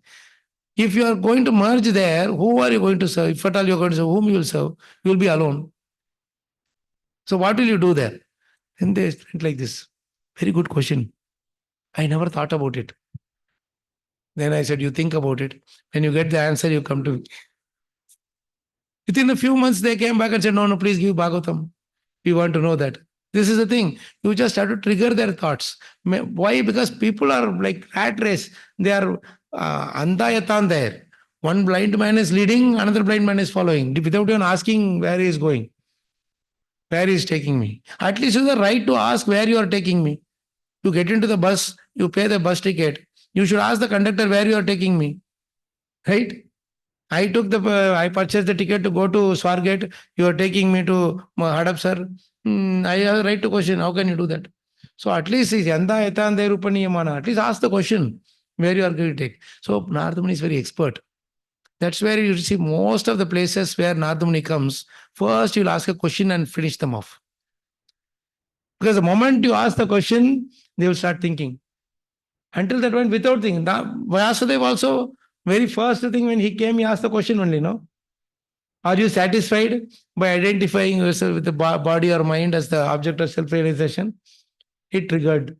Yes, I didn't realize this. Who I have kept as object. Right? Dhruva also he asked a question. What are you doing this for? Where are you going? Why in such a young age you are going all these things? The question only. And that question is very important because human being means intelligence. We have that. So if you go and ask a goat or a dog what you're doing, they will not know what to do. They were very happy doing whatever they have. But we have this extra thing called thinking capacity. Right? Atato Brahma Jignasa, inquisitiveness. So when that point is triggered, then you will, I didn't know, think about this at all. So please give me the answer. That is what he is doing to Prachana Barhi also. When he doesn't tell that, hey, you are not doing devotional service. Come on, you do this, you Krishna, Supreme Lord. Nothing. He says, okay, in general, you want to do reduce distress and increase happiness. But why you are doing this fruitive activity? It's not going to help you in any way. You are struggling so hard to this.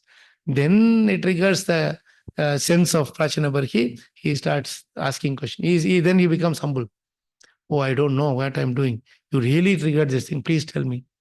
Please give me that knowledge. Right? So let's see it further.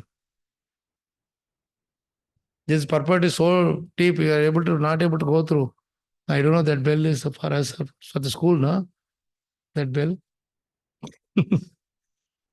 See, I told you, I did a disclaimer. By the end of 5th day, if you are still in 25th chapter, don't blame me.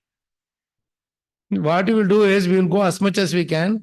I will let you read the rest of the things and come back. That's the only way. Please forgive me. If we have to, my aim is not, I didn't come with the aim of finishing 5 chapters here. I came with the aim of enjoying Prabhupada's purport, gain more ruchi in all your association. If that ruchi is there, in other words, it's like this. They say, no, you teach a man, you feed a man 1 meal a day, you feed only for that one day you give. But you teach a man how to obtain that food, then you teach him for how to earn for that food, then you teach him for his life. So this ruchi thing, when we read line by line, when we start enjoying, then the rest of the day you spend your time in this. Then first 10-15 minutes you will spend in sharing your realizations from reading the purport. Whatever you have underlined, whether with questions or realizations, you share. Then with that, we will go on to the next thing. Is that idea okay for you? Otherwise, we will be stuck in one only for a whole this thing. And then Samarpranam will never call me again. He will kick me, Prabhu, in the way you are doing, we will take one full lifetime to read Bhagavatam. We have certain time limits. Okay. Anyway, let's continue reading this purport. Actually, pure happiness cannot be had within this material world. If we wish to enjoy something, we must suffer for something else. Yeah. See how golden statement this is. If we wish to enjoy something, we have to suffer for something else. This is the thing. You cannot enjoy in this world without suffering. Some people, everywhere they are giving this false promise that you can enjoy without suffering. That is, you can enjoy without going through the pains. That is never possible. It comes later. Yesterday, one of the devotees was sharing with me that one of his friend had some liver problem or something. So he went to the best hospital. So the hospital report all some slideshow and all. They showed, see, this is how it is for you. Tomorrow after we do the surgery, it will become like this. Later, the total thing is completely gone. You will be perfectly all right. Next day only, you can start running. All these promise they give. And then he was so encouraged. He went to the hospital. He went through the surgery. Actually, that surgery was not needed at all. Later only they realized. But in order to gain the money, they just did the surgery. After the surgery, they said, 1 month later, you come for checkup. Then he came and he said, I'm having some pain here, like that. Oh, that is very normal. That is very normal after these surgeries. But you didn't tell me when before surgery. No, we don't tell all those things. We will become afraid of things. So we don't tell all those things. After 6 months again, some more problem came. Then he said, no, this is also normal. See, you understand, we removed that whole tumor. If it was there, you would have died. This is how they canvas you, brainwash you. This is how, see, if we wish to enjoy something, we must suffer for something else. In this world, anything that is going with the fruity mentality, we have to suffer to get that thing, little fruit. And after so much suffering also, when you get that fruit, you cannot enjoy it. We cannot enjoy it.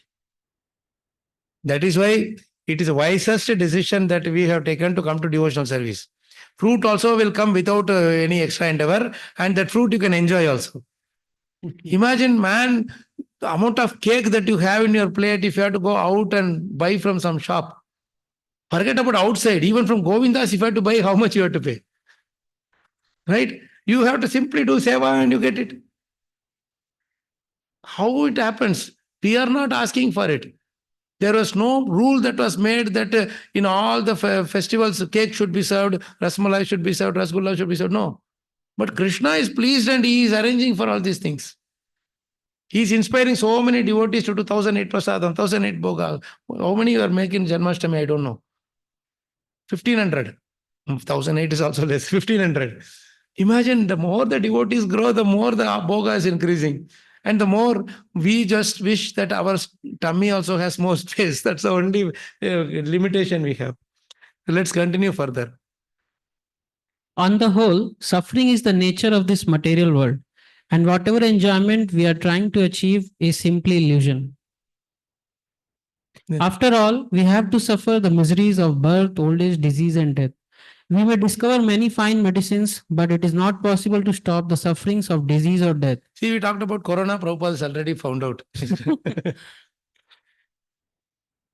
Actually, medicine is not the counteracting agent for either disease or death. On the whole, there is no happiness in this material world, but an illusion. Person works very hard for so-called happiness. Indeed, this process of working hard is actually taken for happiness. This is called illusion. See, this last line is very beautiful. This process of working hard is actually taken for happiness. This is called illusion. I'm struggling so hard to maintain my family. I'm giving my blood and sweat to do that.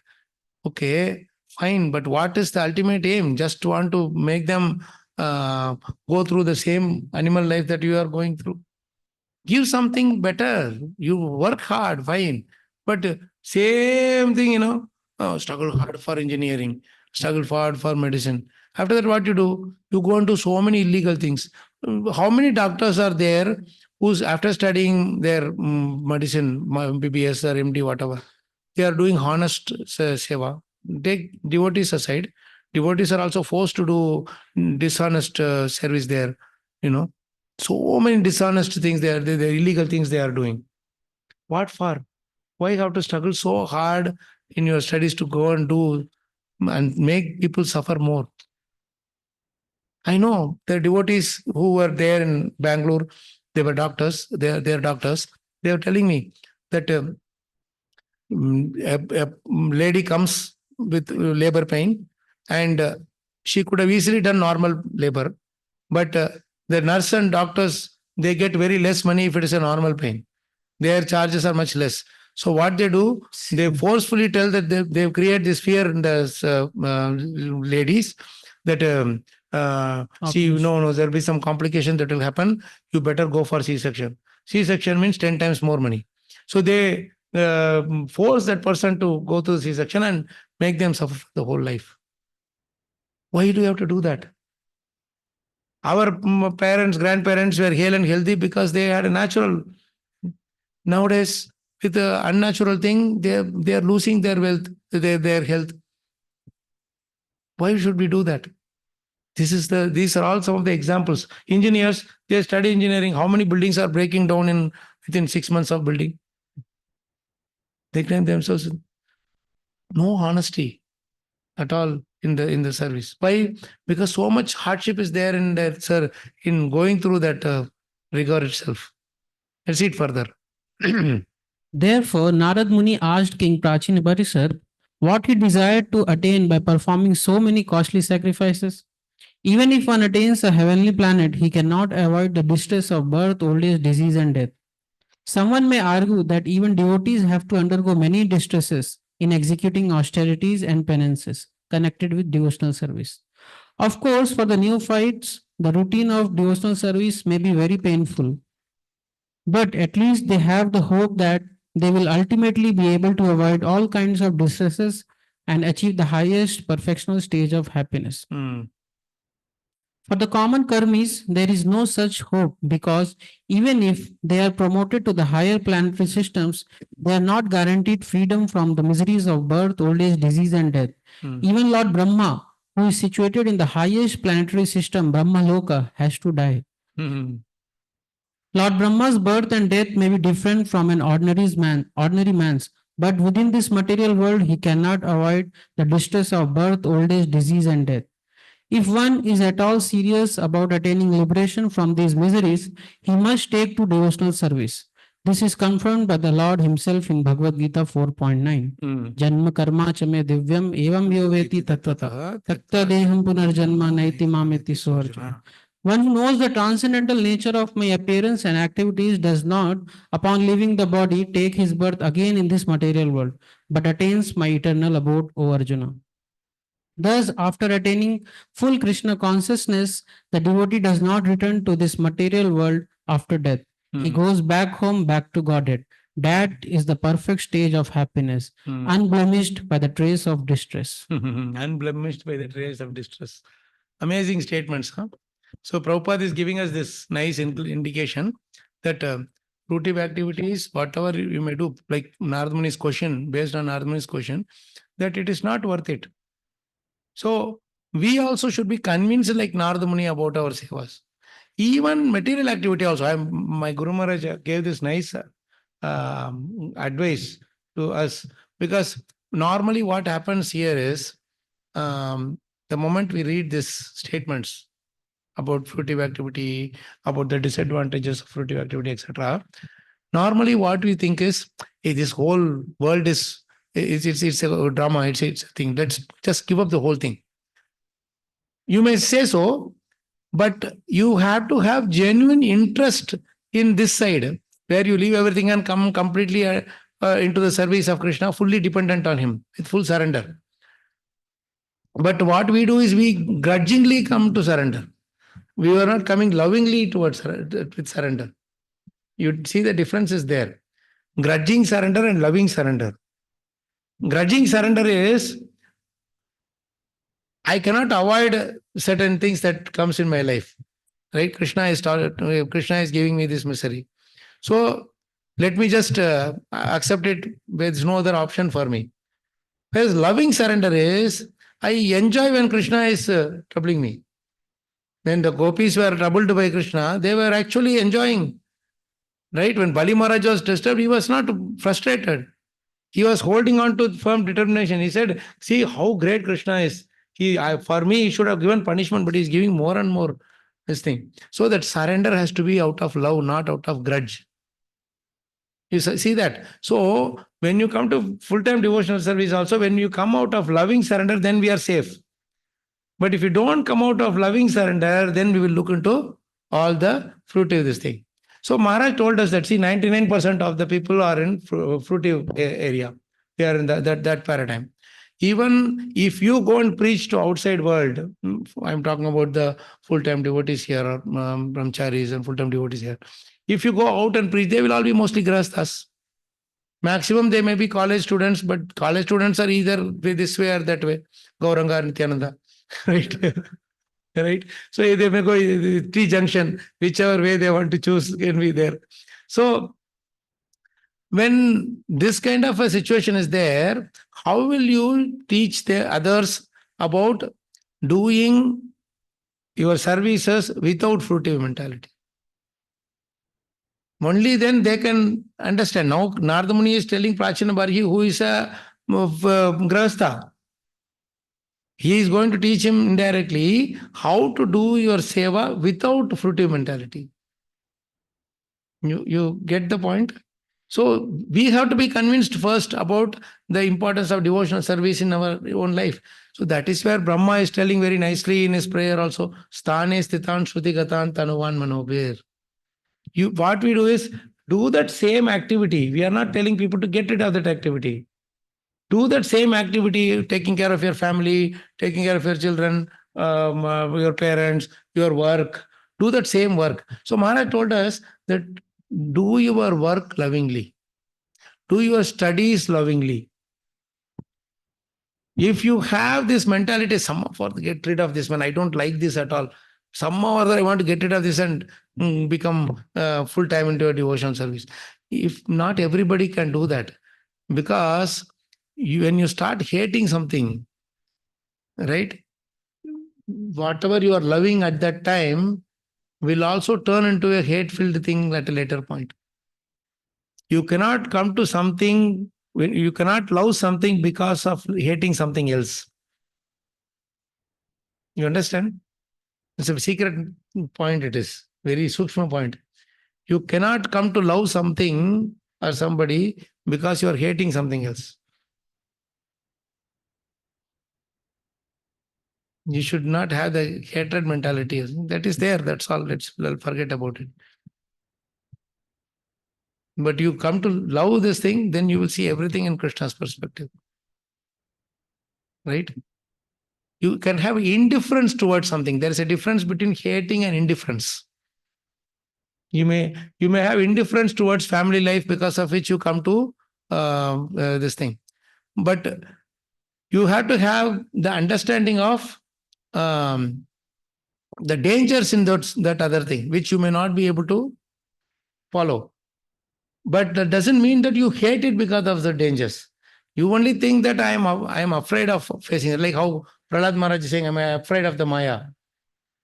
But I can engage in your service, but I'm afraid that Maya will capture me. That is how, when Maharaj told us, you don't stop your work, you don't stop your studies, you don't stop your life, but you do it as a service to Krishna, then you will enjoy that seva even more than you would have otherwise done. Without Krishna, you would have just done with so much this thing. And then when something goes wrong, when the thing is unfavorable, you start hating it. How much effort I am putting, still it is not coming in the way I desire.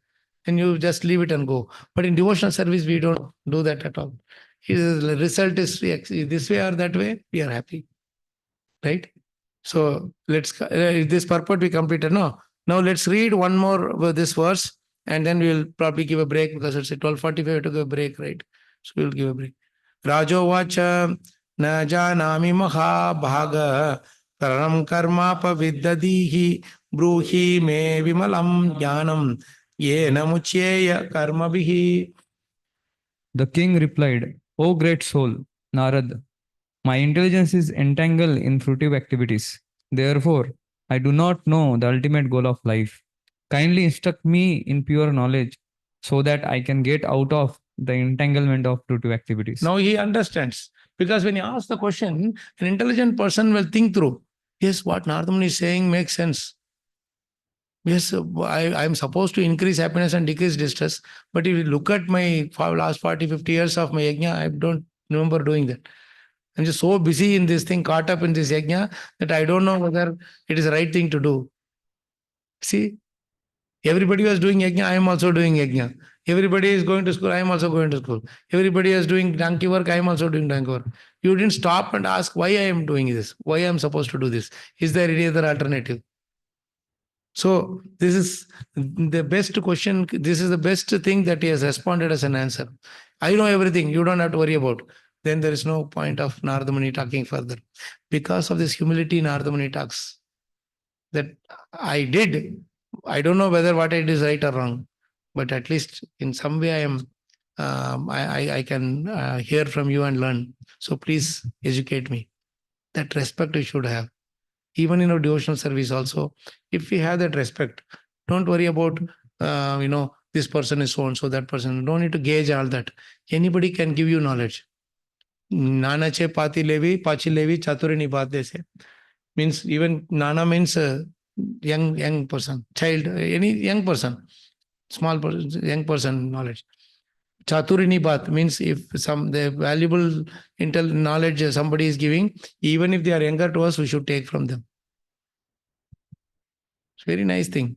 So now I haven't heard anything from the online devotees. Any questions, comments from anybody before we go for the break?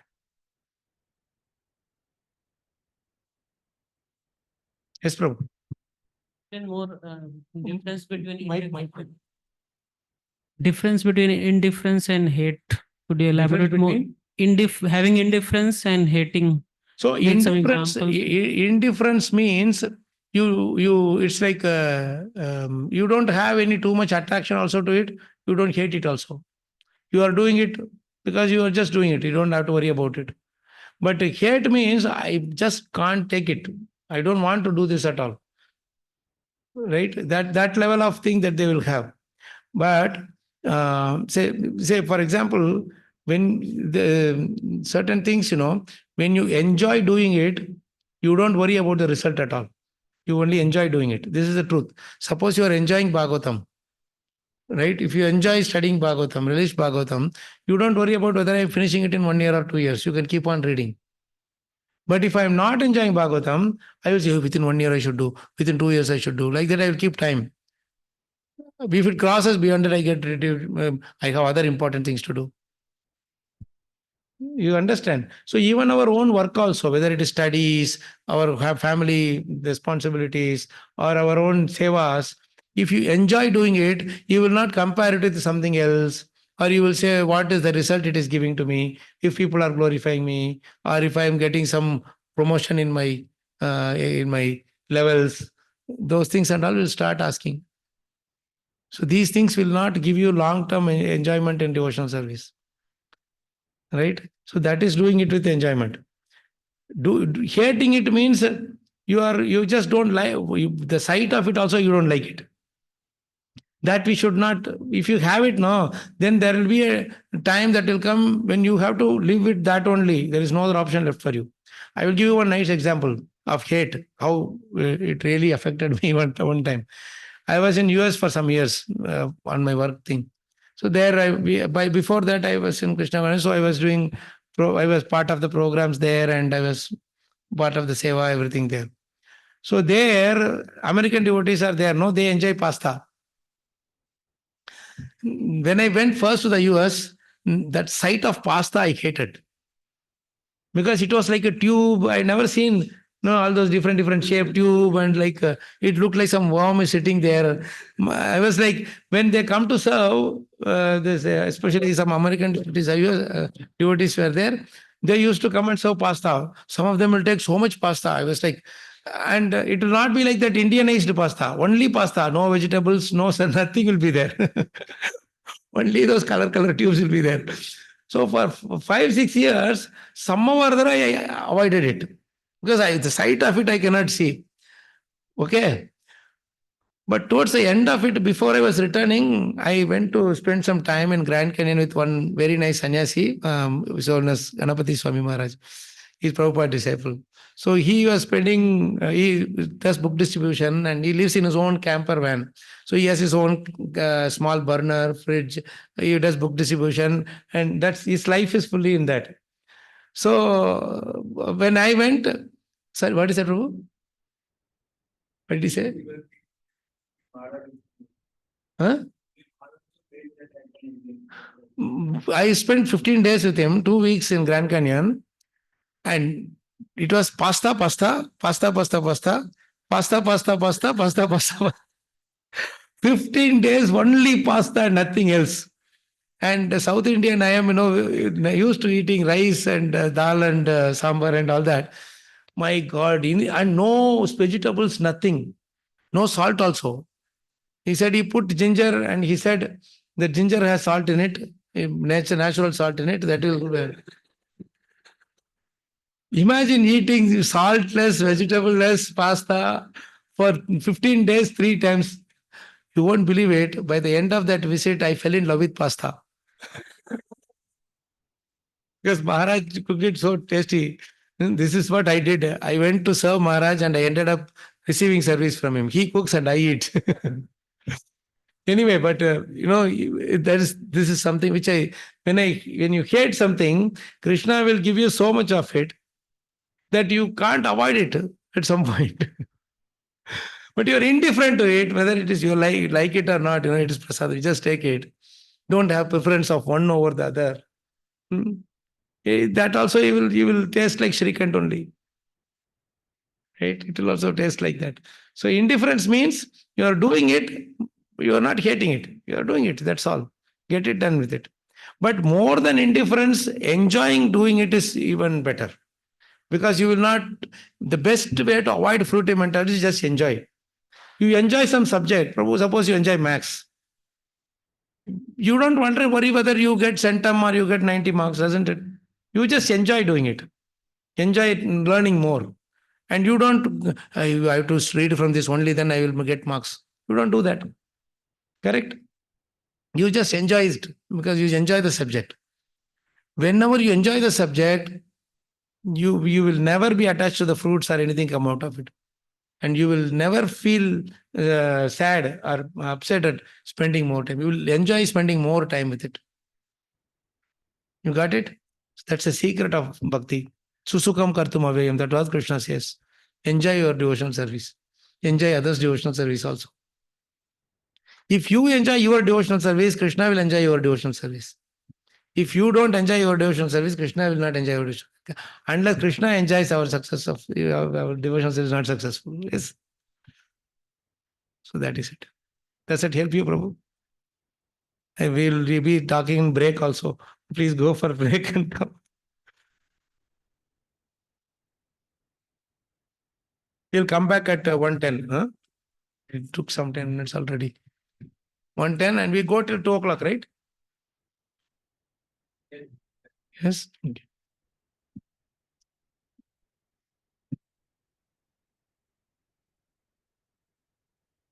Is it okay, this flow? You want to give any feedback, just feel free. As long as, we can carry on with your after 1:10 will come. Yes, Prabhu.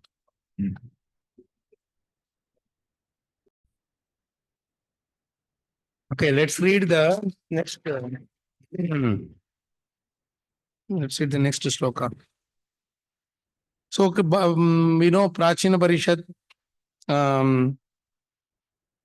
he is telling, I do not know what is my aim of life. Nobody taught me anything. So you please guide me nicely. Now, the next sloka.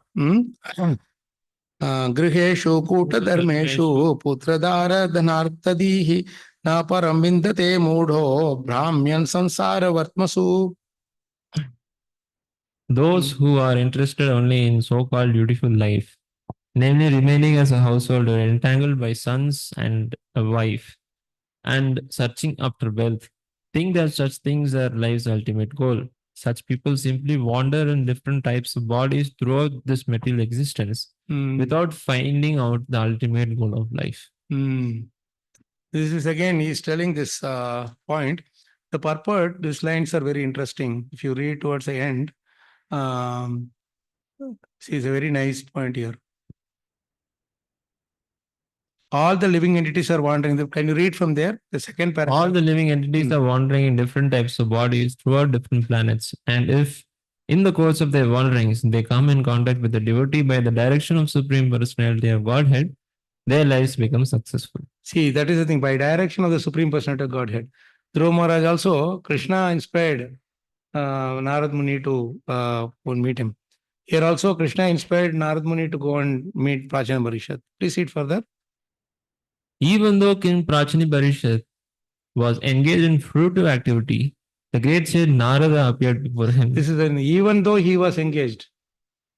Even though he was engaged means normally Narada Muni and all, they don't go into pounds and shilling people's home.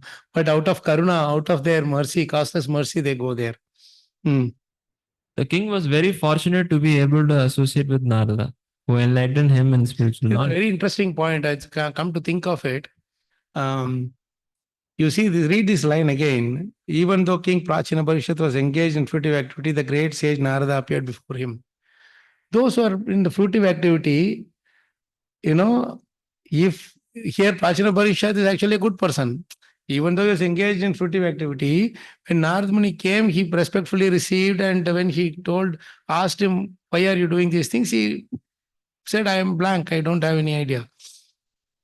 But normally what happens is, those who are fruitive mentality, atad diyaham, they're very proud of their knowledge and proud of their wealth and everything.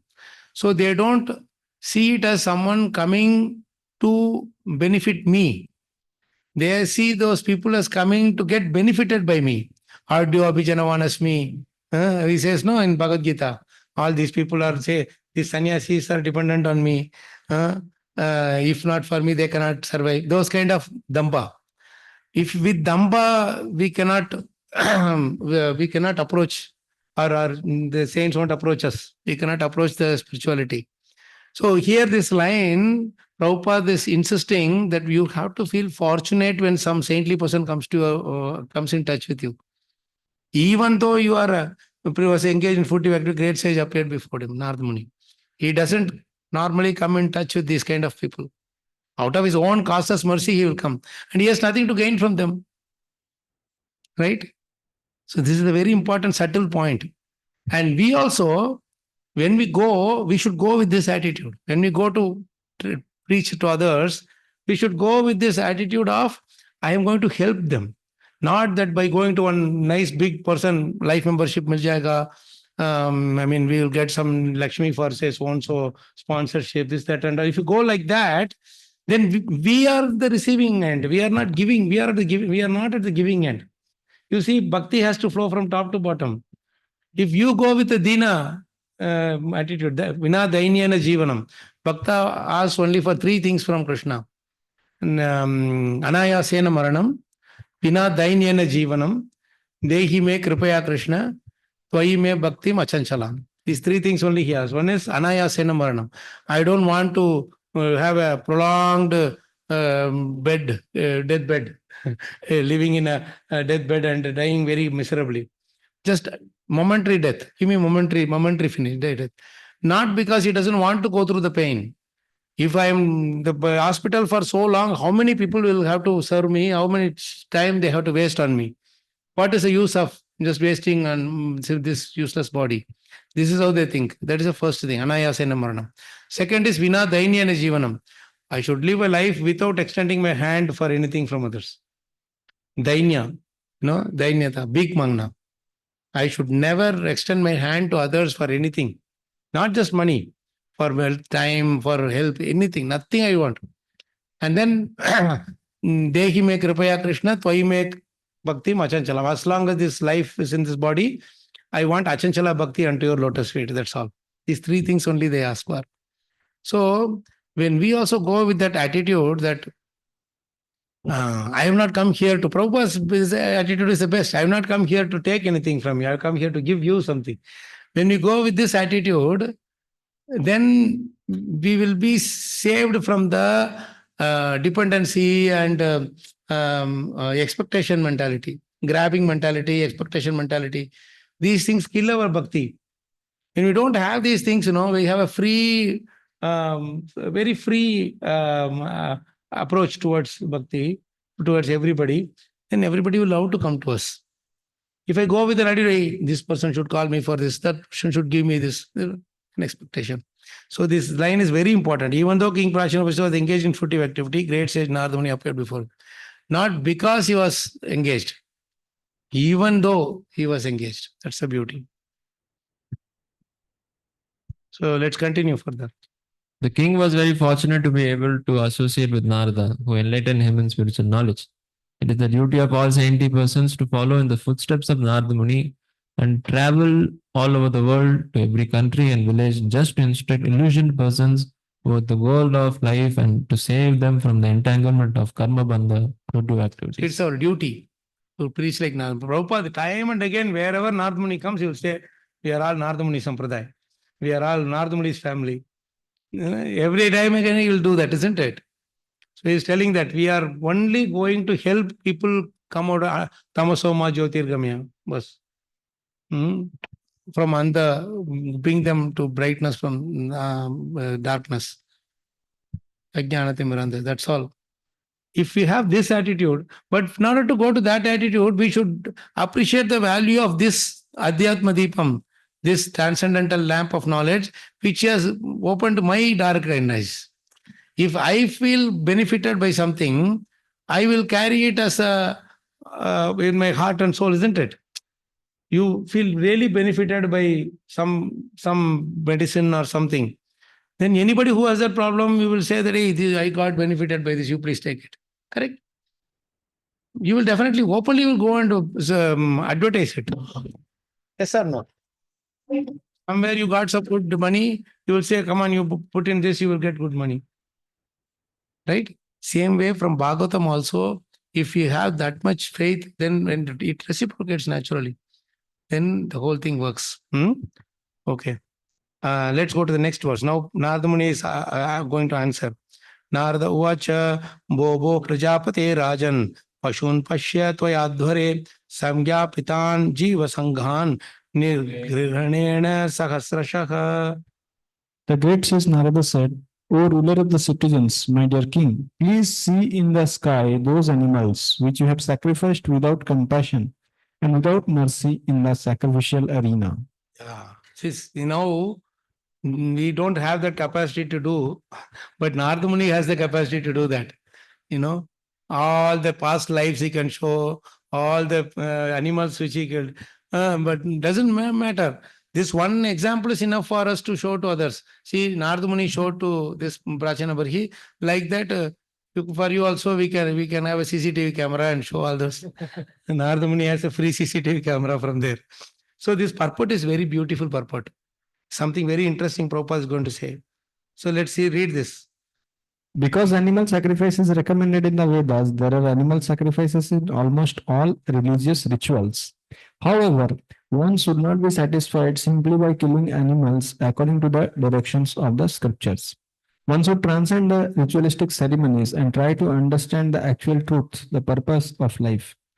Narada Muni wanted to instruct the king about the real purpose of life and invoke a spirit of renunciation in his heart. Knowledge and the spirit of renunciation. Very important. The spirit of knowledge. They wanted to instruct the king about the real purpose of life and invoke a spirit of renunciation in his heart. This is very important point. Unless and until the spirit of renunciation, the tyaga, or what do you call that as tapasya? Sorry, not tapasya, tyaga. Unless that is sprouts up in our heart, whatever knowledge you hear, whatever pravachan you give, whatever you hear, it's of no use. Some renunciation should be there, aroused in our heart. Please continue, Prabhu. Knowledge and the spirit of renunciation, jnana vairagya, are the ultimate goal of life. Without knowledge, one cannot become detached from material enjoyment. And without being detached from material enjoyment, one cannot make spiritual This advance. line sequence is very beautiful. Very beautiful sequence, no? Vasudeva Bhagavati Bhakti Yoga Prayojitaha Janayati Ashu Vairagyam Jnanam Chayat Ahaitukam. When bhakti, when you, the reverse is there. This is a very nice point here. Without knowledge, one cannot become detached from material enjoyment. When without being detached from material enjoyment, one cannot make spiritual advancement. Spiritual advancement means devotional service. Now there is a beautiful sloka for this. See, if I go to refer to sloka for every one of these lines, you will end up reading, covering more of most of Bhagavatam in 5 days. But Prachina Barhi will still sit here only. Just kidding. But you take this beautiful sloka, very nice, you know. Frankly speaking, I am not, I don't come prepared with this slokas. But when you read this sloka, suddenly it just triggers based on your previous reading, that's all. So, third canto, where does it come? 23, I think it is 323, 53, yeah? Huh? Yes, you know that. You know that. So nice. Nehayat karma karmaya, na viragaya kalpate, na tirtha pada sevayai, jivan api britohi sakha. It's towards the end of the chapter it will come. 323, 56, huh? Yeah, 323:56. Can somebody read the translation? 323:56. Anyone whose work is not meant to elevate into religious life. Anyone whose religious ritualistic performances do not raise him to renunciation. And anyone situated in renunciation that does not lead him to devotional service to Supreme Personality of Godhead must be considered dead, although he is breathing. So it's in the negative way it is said. But the actual thing is that you should put the not you take out and you put it in the proper way. Work is meant to, work is leading to religious life. That is dharma. That is where the knowledge part comes. Because what is dharma? You do it with the knowledge, right? Somebody is suffering when we need some money. Okay, you give the dharma. Somebody needs some food, you give them, that is dharma. Or you are doing your occupation duty, that is also dharma. All these things you are doing with the knowledge that it is important to do to please Krishna, correct? So when you do that, that karma translates into dharma. Then the dharma, if you do it properly, it translates into, it leads to vairagya. That is what we saw here. One cannot become detached. Without knowledge, one cannot detach from material enjoyment. And without being detached from material enjoyment, one cannot make spiritual attachment. So, na viragaya kalpate, that vairagya should lead to tirtha pada seva. That is devotional service. If this thing works, then the positive thing, you are live.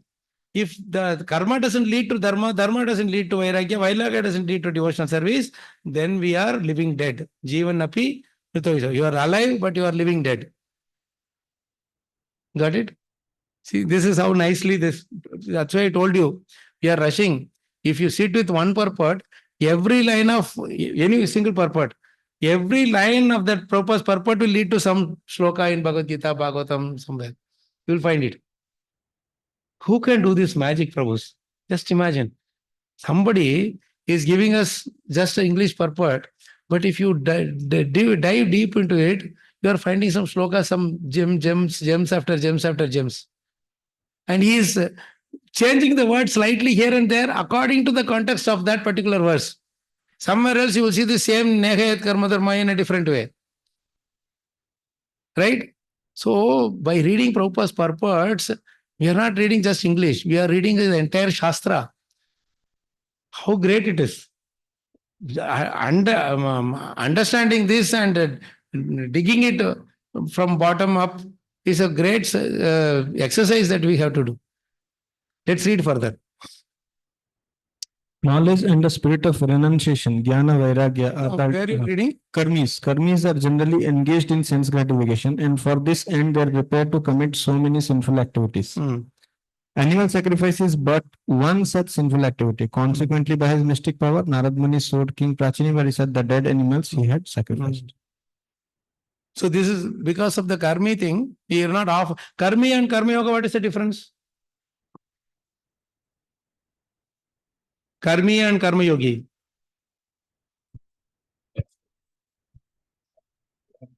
You are doing an activity for your own pleasure, that is karmi. You are doing an activity for Krishna's pleasure, that is karma yogi. So here he is karmi, that is why he is doing it everything for his satisfaction. That is why this animal sacrifice is stopping. You can do something for the well-being of that animal, giving it a higher life, or for some Raja's thing, should be Ashwamedha Yajna, like that, how the Prithu Maharaja, Yudhishthira Maharaj, Parikshit Maharaj were all doing with expert priests. That is okay. But here he is doing it excessively for his own enjoyment. You understand that? And that own enjoyment is the big problem. Excessively he is doing it. And everybody will follow you. You are a king. So that's why he's stopping. Next sloka. Interrupt me anytime you have a question or comments. Yete tvam sampratikshante smaranto vaisha santava samparetam ayah kutais chindantyuthita manyavaha. All these animals are awaiting your death so that they can avenge the injuries you have inflicted upon them. After you die, they will angrily pierce your body with iron horns. Initially, these karmi people and all, you have to threaten them, only then they will come. You talk about loving devotional service and I say, man, forget about it. We don't have for love and all. You threaten them, horn will pierce you. Sorry? Yeah, so many 22,000 scorpions will bite you, snakes will beat. That is good actually. I am bringing. First thing you should go and show to the karmis is the 5th canto, last chapter. Hellish planets. Then they will come to. Because they don't want to suffer. That is their main aim. But you show them that, see, with this also you will suffer, then they will understand. Come to.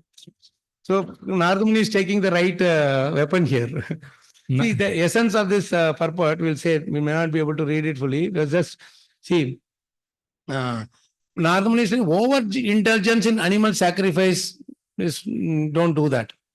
Because Vedic scriptures give us the regulated way to regulate it, not using it as an excuse to overindulge and fulfill your sense gratification. So he is saying, if you read this line towards the end, when animals are killed in slaughterhouse, 6 people, that one you see towards the end. When animals are killed in a slaughterhouse, 6 people connected with the killing are responsible for the murder. The person who gives permission for the killing, the person who kills, the person who helps, the person who purchases the meat, the person who cooks the flesh, and the person who eats it, all become entangled in the killing. Narada Muni wanted to draw the king's attention to this fact. Thus, animal killing is not encouraged even in a sacrifice. This is very important. 6 people are involved in it. So anybody who is assisting even slightly in this one of these things also, they get, not that only one who is cutting, he gets the sin, not the one who is eating, they don't get the sin. No, because everything is connected. The whole thing is connected chain. We have industry. Everywhere there is industries are there. Right? Slaughterhouse industry are there. Meat cooking industry is there. And then restaurants, then people who are eating. Again, that cycle is there. One becomes a customer for the other. Right? A supplier for the other maybe. So here again, he is highlighting on next shloka. Atra te katayishyemum itihasam puratanam puranjanasya charitam nibodha gadato mama. In this connection, I wish to narrate an old history connected with the character of a king called Puranjana. Please try to hear me with great attention. So now he is starting the story, Puranjana story. It's a very interesting because this is how indirectly we see many places in Bhagavatam. This indirect thing is told. Where else you find an indirect story? Anywhere else you have found indirect story? Yayati. Yayati tells to his wife Devyani. So he tells that he goat, she goat story. Right? Very nice story that is. So his own thing, life, he tells that as a story. And here also Puranjana is none other than Prachina Barhi, or none other than anybody who loves to enjoy in this world. So this indirect story sometimes has a bigger impact. It has an even bigger impact than directly telling you, because when you tell somebody directly, you did this, you did that, initially itself they'll become defensive. Right? On the other hand, you tell about someone else's story, then you will curious, say, it looks, sounds like my. And then later, finally, you come to this, your story only. This is Puranjana is no one but we only. Puranjana means a person who is living inside a body to enjoy in this world. That's all. That's all it is. And deep within, if you look at it, it is not just meant for those karmas. Even we have traces of this mentality even now. So for us also, it is a very, very important instruction to imbibe wherever possible. So when we have that honesty to take lessons from everywhere, like Yudhishthira Maharaj never thought that an instruction is for someone else. He always thought that there is something in it for me. That is why he could survive from those, or he could get benefited by those stories. Whereas if you are thinking it is for other person, first thing what we do is anytime we hear a story, immediately we think of someone in our life. Hey, that person, if we tell this instruction, he will appreciate. He is doing a lot of karmi work. I will have to tell him this story. She is doing a lot of this. So it is not for others. First, we apply to ourselves, then it will make sense to others.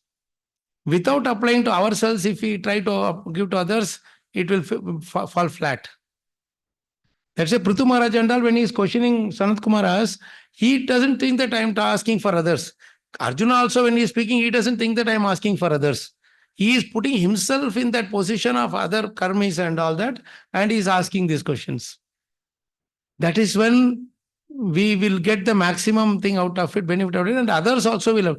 If suppose somebody thinks that, looks at you and, hey, he is asking for me, means the first thing they will ask, oh, so you mean to say you are already pure? You don't need to purify yourself of anything? Then that ahankara thing will come, the challenging thing will come. If I say, no, it's for me, I want to purify myself, then they will say that, oh, maybe it's genuine. So we can hear from him. You see the difference? I should never, ever, even in my mind, think that I'm asking for others.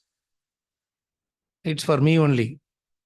I put myself in that position and I want to receive the thing. Then it will appeal. That's why Prahlad Maharaj's prayers and questions are appealing to us. Bhakti Thakur's bhajans are appealing to us. He is telling, Kinchu nahi mora guna.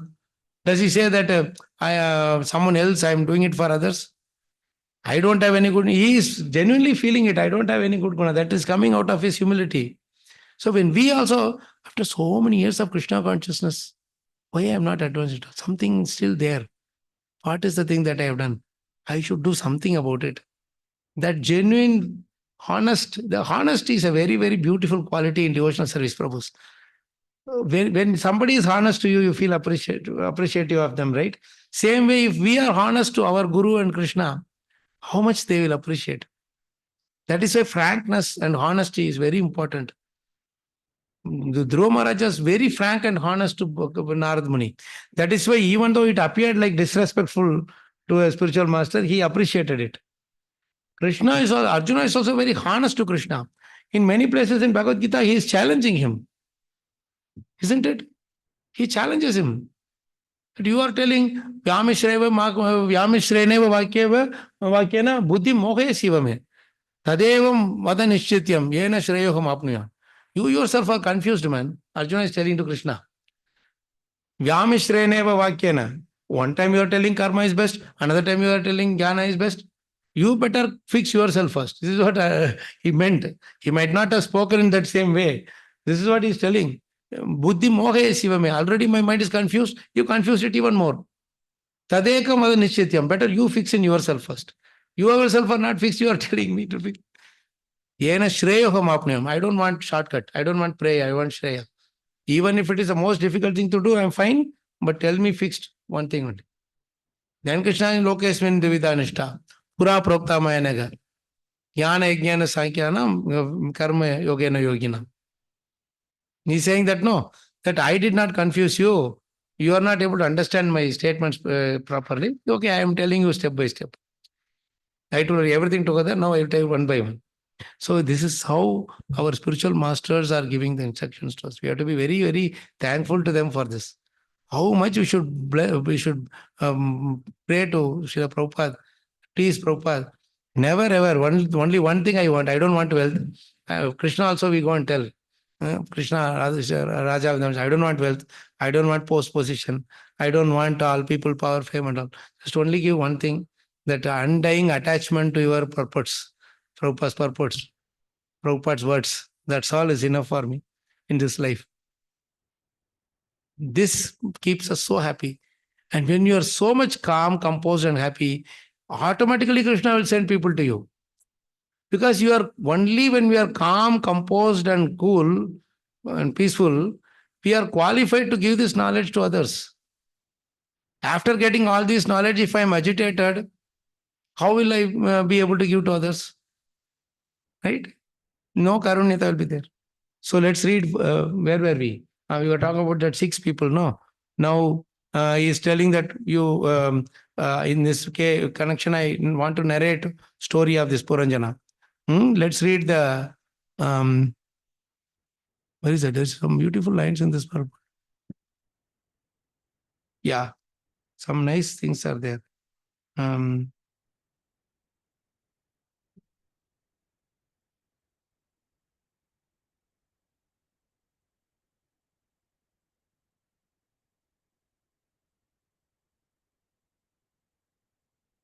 Yeah, see, this is very nice statement in the second paragraph.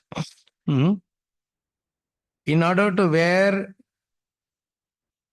the gold or diamond nose pin or earring, can you read from there? Prabhupada In is very order to practical. wear a gold or diamond nose pin or earring, one has to pierce the ear or nose. Such pain endured for the sake of sense gratification is endured on the path of karma kanda, the path of fruitive activity. If one wishes to enjoy something in the future, he has to endure trouble in the present. If one wants to become a millionaire in the future and enjoy his riches, he has to work very hard at the present moment in order to accumulate money. This is karma kandiya. Those who are too much attached to such a path undergo the risk anyway. See, this is the beauty. In Karma Kanda, you have to suffer now to enjoy in the future. But in Bhakti Yoga, there is no suffering at all. Like Klesha Bhuri Alpasarani. You enjoy while doing also, you enjoy after you finish doing also. Isn't it?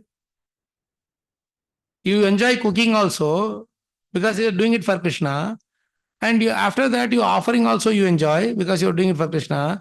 After that, you are serving to devotees. Then also you enjoy. You're doing it for Krishna. Then you also sit and eat. Then also you are enjoying because it's Krishna Prasadam. Right? Whereas suppose same karmi is cooking for, say, some big marriage festival or something. Will he enjoy doing that? Suppose after all the struggle that he does, he doesn't get the money that he was promised. What will he do? He will go and fight with that man. But for us, are we getting Lakshmi for cooking every day? 500,000 people you are cooking, isn't it? Is anybody complaining that you are not giving me Lakshmi for cooking? You are not honoring me for cooking? No, because when you do it for Krishna, even the most hard task you are enjoying and doing. As I said just before the break, the secret of doing our devotional service without interruption is to enjoy doing it. Enjoy every bit of it. There will be some problems that will come. That's a nice challenge. Let us take it. I remember when I was, many years ago, I went to GV or Govardhan Eco Village. At that time, all those buildings were not there. And our Gaurang Prabhu called me over, so I went there.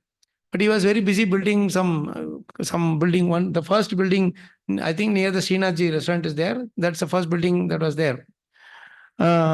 So he was very busy taking care of it. And you know Shivanand Sham, no? Shivanand Sham, Balram Shakti Prabhu and all. They were all there that time. So they took me on a tour to the other small other places where that time no development was there, much development. Madan Mohan Temple, nothing was there. So only 1 or 2 buildings were there. So they were taking me around and I asked them, what is Gaurang Prabhu is overseeing, supervising?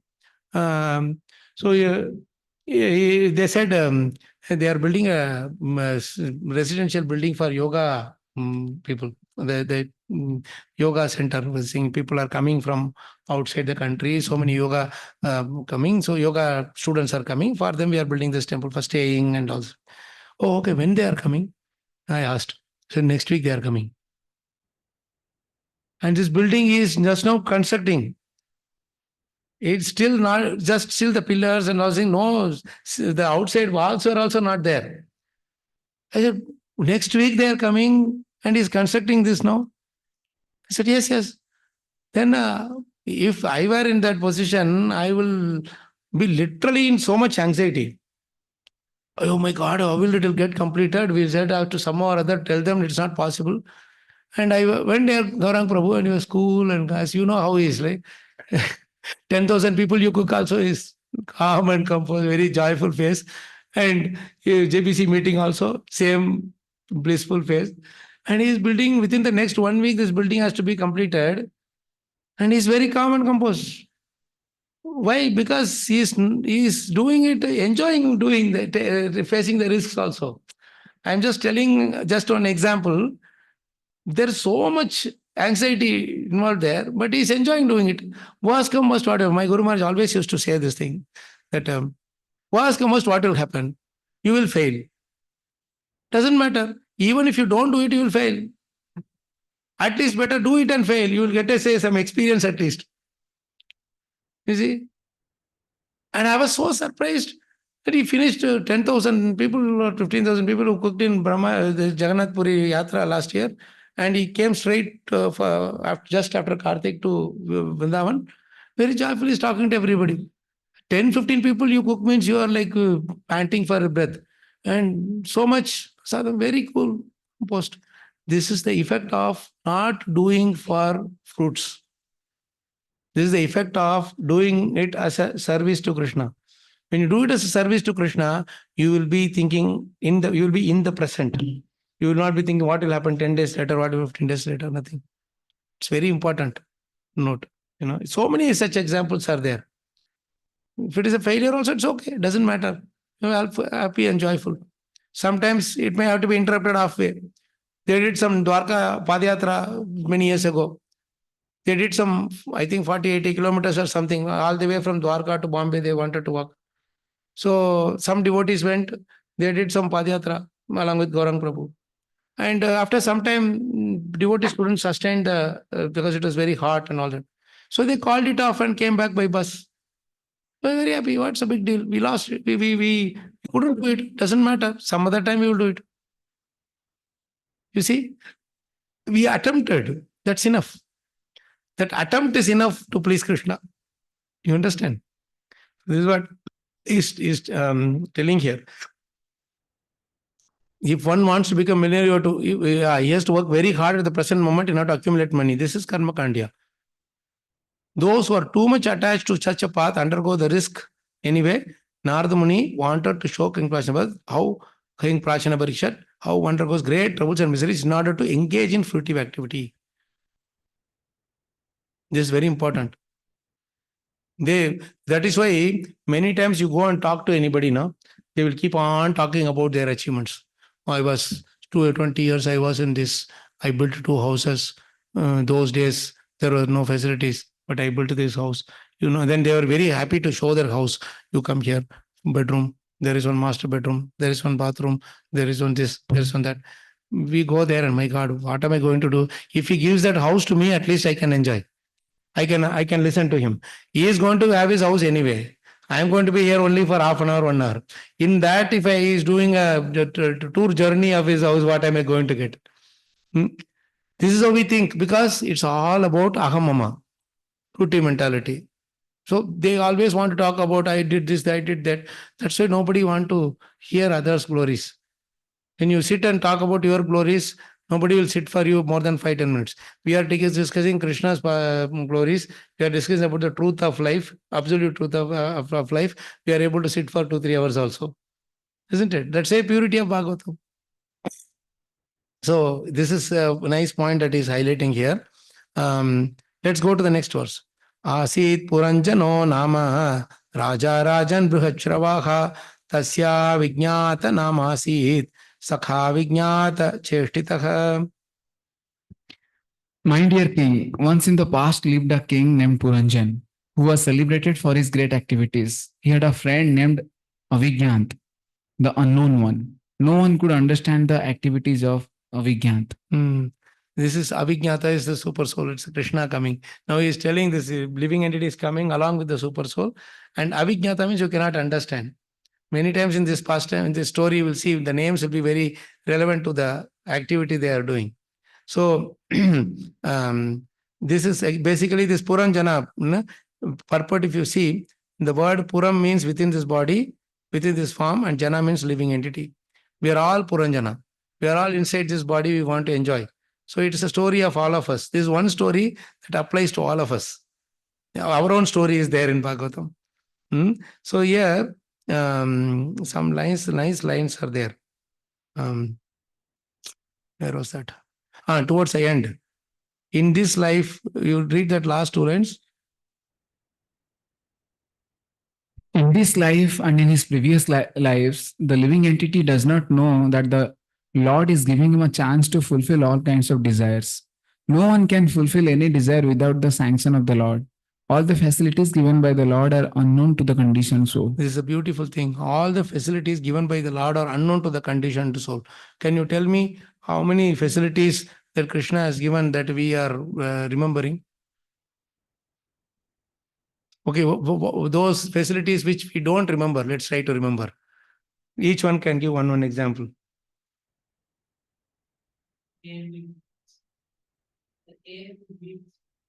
The best thing, the air we breathe. How many times in a day do we thank Krishna for that? 1 second he stops, finished.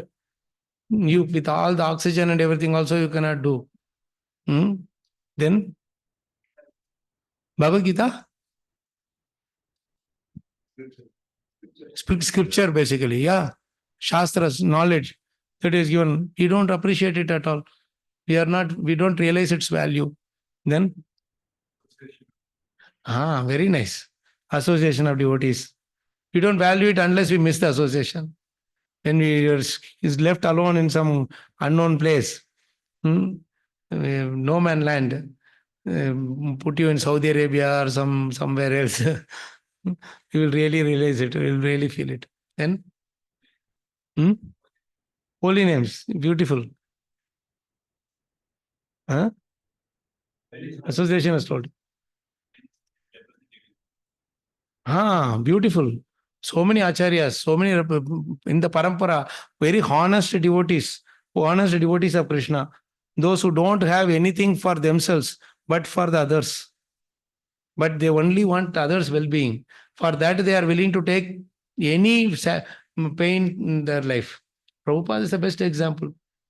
The best example in Bhagavatam, Krishna tells when he glorifies the trees to the Gopas. Parartha ekanta sambhavaha. Parartha ekanta means the only reason they live in this world is for the well-being of others. There is no other reason they live. Take the example of trees. Even if you cut it, it gives shade. If you throw stone, it gives you fruit. It gives so much shade, it goes all the fruits and everything. Oxygen it gives. So much it gives. In spite of the fact that nobody respects it, everybody is just into taking. How many of us are telling, hey, this tree needs water, let's go and give? We don't. But it is giving, no? So, para artha ekanta sambhava. Krishna says this is the best lesson to learn from the trees. Like mountains, sun. How much sunlight we have to thank for. Right? There are outside India, you go, they they crave for sunlight during winter time. What else? Water. Water. Nirjala Ekadashi, Janmashtami day. We realize its value when it is not there, isn't it? When it is there always, we don't realize it. Mahaprasadam. Right? So nice. So this is how all the facilities going to be unknown to the conditioned soul. It's only unknown to the conditioned soul, not to the devotee. That's the difference. Prabhupada is so clear. The conditioned souls don't thank at all.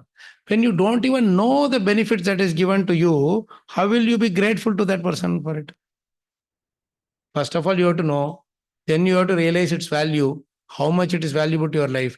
Then you can thank the person who has given it. Without any, Krishna does not put a meter here to calculate how much you have breathed, how much air you have breathed. He doesn't put a meter in the river that how much you have taken bath, come on, you pay that much. Right? All the necessary, absolutely essential things he has given free of cost. We are putting the meter around. There's a land he has given, one person comes and doesn't even own anything, just put some rope around it and print some token and charges parking ticket. And after getting the money, he just disappears. Your car is lying there unknown, like Avignata. You go to Govardhan, from this thing for Parikrama, you have to go to. So there, especially during Kartik month, somebody's land somebody will own. Somebody has purchased a land and he's sitting in US thinking that my land is there safe. And someone else is making money out of it through parking. And he's putting the token and he's saying, come on, park here, park here. How nice, huh? Our Indians are very clever, Jugad, I tell you. So this is how so beautiful line it is. And no one can fulfill any desire without the sanction of the Lord. Amazing line. Cannot. Whether you like it or not, you have to have the sanction of the Lord to fulfill it. Okay. Any questions, comments till now? Shall we go on? Okay. Sonve Shamana Sharanam Babhrama Prithivim Prabhu Nanu Rupam Yada Vindat Abhut Savimanaiva. King Puranjan began to search for a suitable place to live, and thus he traveled all over the world. Even after a great deal of traveling, he could not find a place just to his liking. Finally, he became morose and disappointed. There is a very interesting point that, when people around are traveling everywhere to just for picnic and other things, but still they come back exhausted. You see, on the other hand, you travel for Krishna, you don't have time at all. You feel like, next to next. I mean, you very difficult to catch Radhesham Prabhu, isn't it? In fact, I see him more than you people. I am not from here, right? But whenever I travel, I see sometimes he's there. But you see him only once a month maximum. He comes here. There also maybe in a class or something and finish. That's it, isn't it? So busy is so busy. And in spite of that, he is so happy. You see how blissful they are when they are traveling also. You see, Param Puja, Gopal Krishna Maharaj, of course, no more, but then when he was there, with all his difficulty, he still keep traveling. And Jayapatak Maharaj, he's getting all those dialysis and everything done, and still he travels everywhere. How they are able to do? They are satisfied, they are enjoying that. Whereas you see, and because they are doing it as a service to Krishna, everything about them is taken care of. The doctors travel with them, or the servants travel with them, they are taken care. On the other hand, you have to be an Ambani or Adani to actually do like that. Without Krishna, I mean to say. So much money you should have to fly everywhere and all these things. That's the difference. So how nice it is, right? Krishna is so much helping us. When you are thankful to him for every single thing that he does in our life, you will increase it more. Because the secret is that when you thank Krishna or anybody for something, you will not exploit it. You will not take more than what is necessary. Magrida kasya siddhanam. So you will not misuse it. It's a very important subtle point, connection between gratitude and exploitation. See, when you're thankful to Krishna for the prasadam, you will not grab more and more. This is just enough, you will take. This is enough, Krishna. When you're not thankful only, you will say, hey, today is, I have to take, tomorrow who will take care of it? I will have to take. Tomorrow he may or may not give. Like that, we'll have that attitude. So anything, that grabbing mentality comes because of lack of gratitude. You have to see that secret connection there. Okay, I will stop here. Any questions, comments? Which verse we did? He began to search. He could not find a place to his liking. We saw that, no? Yeah. So, okay,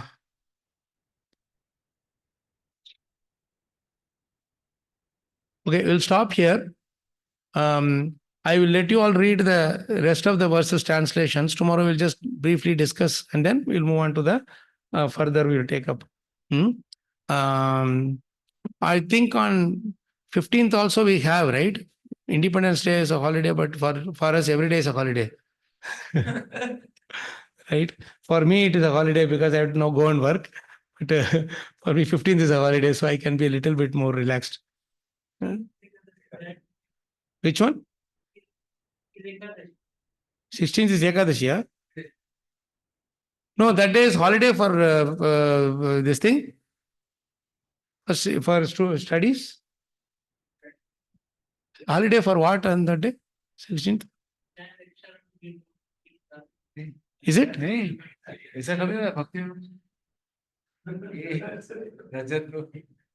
it? Actually, originally these sections were planned for next week.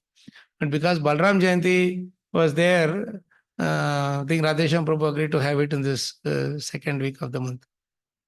So that we will take advantage of. I didn't know about that Ekadashi part. I hope all of you will be there on Ekadashi day. Right? In fact, on Ekadashi day, we can do 1 hour extra.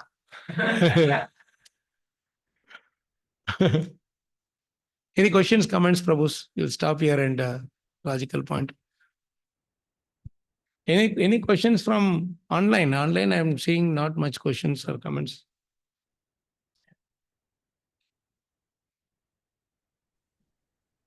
We are. What's the question? Keshav Prabhu. Prabhu, you can ask. Question me, Prabhu.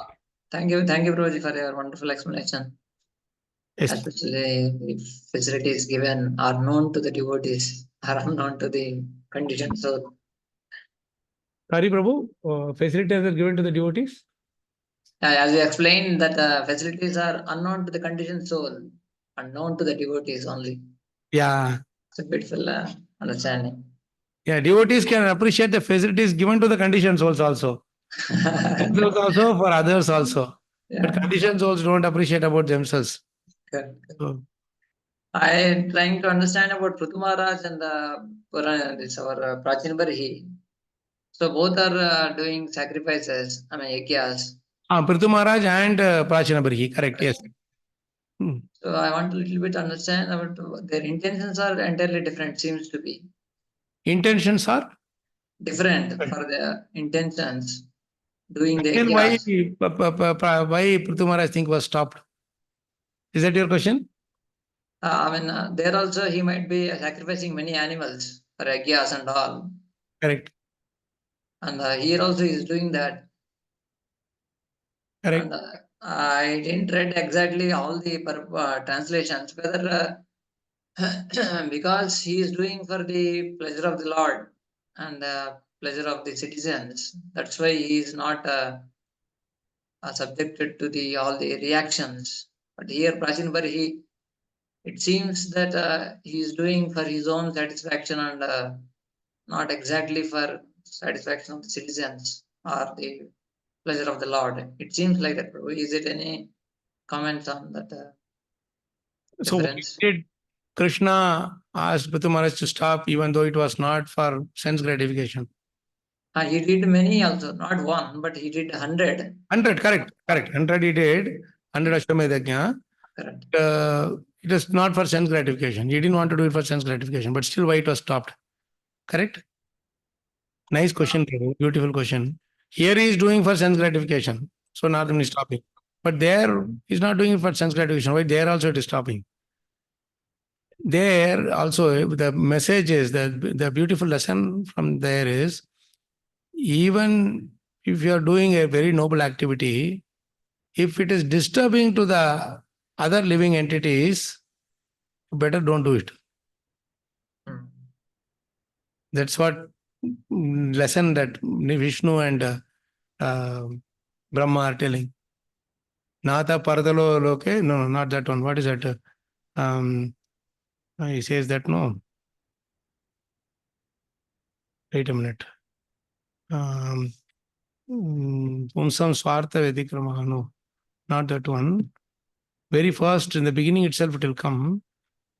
Vishnu only tells that. Naradeva Narotamaha, Nabi Durhyanti Bhutebhyo, Yerhi Natma Kalevaram. Where is that? Before meeting with the Kumaras.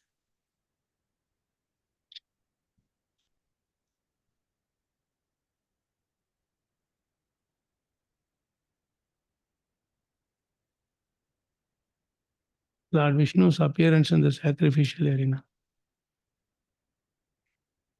That's where it comes. Sudhiya Sadhavaloke, Naradeva Narotamaha, Nabi Durhyanti Bhutebhyo Yarhi Natma Kalevaram. It's 4:20 4.20.3. See, this is a beautiful statement by Lord Vishnu. O King, anybody wants to read? Prabhu, you yourself can read it, Prabhu. Keshav Prabhu. Yes, Brahma. 4.20.3. Can it be projected?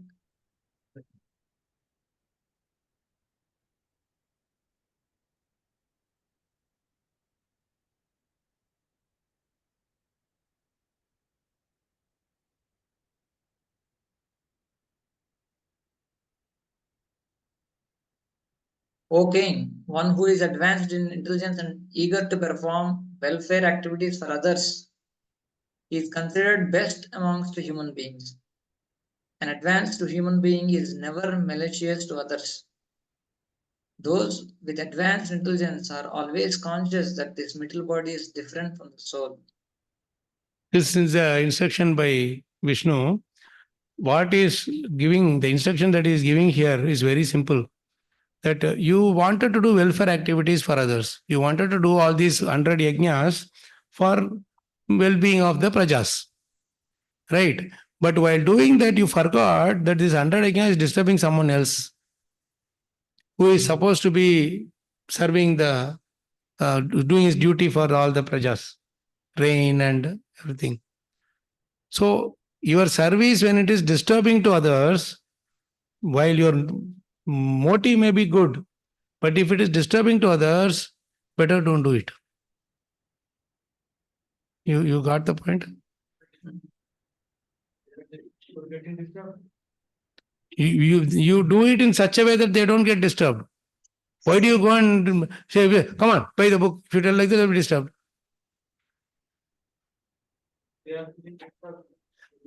So you just humbly say, excuses, we are trying to do good for you.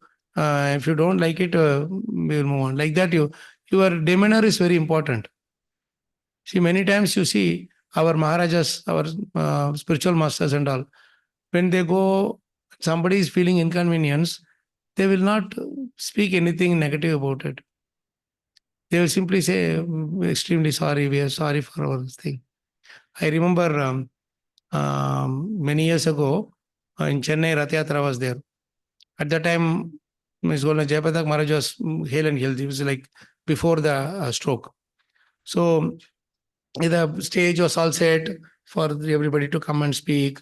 And then Rath Arati, everything should be done, and the usual routine. So what happened? Our Banu Maharaj and Jayapatak Maharaj and few others were also there.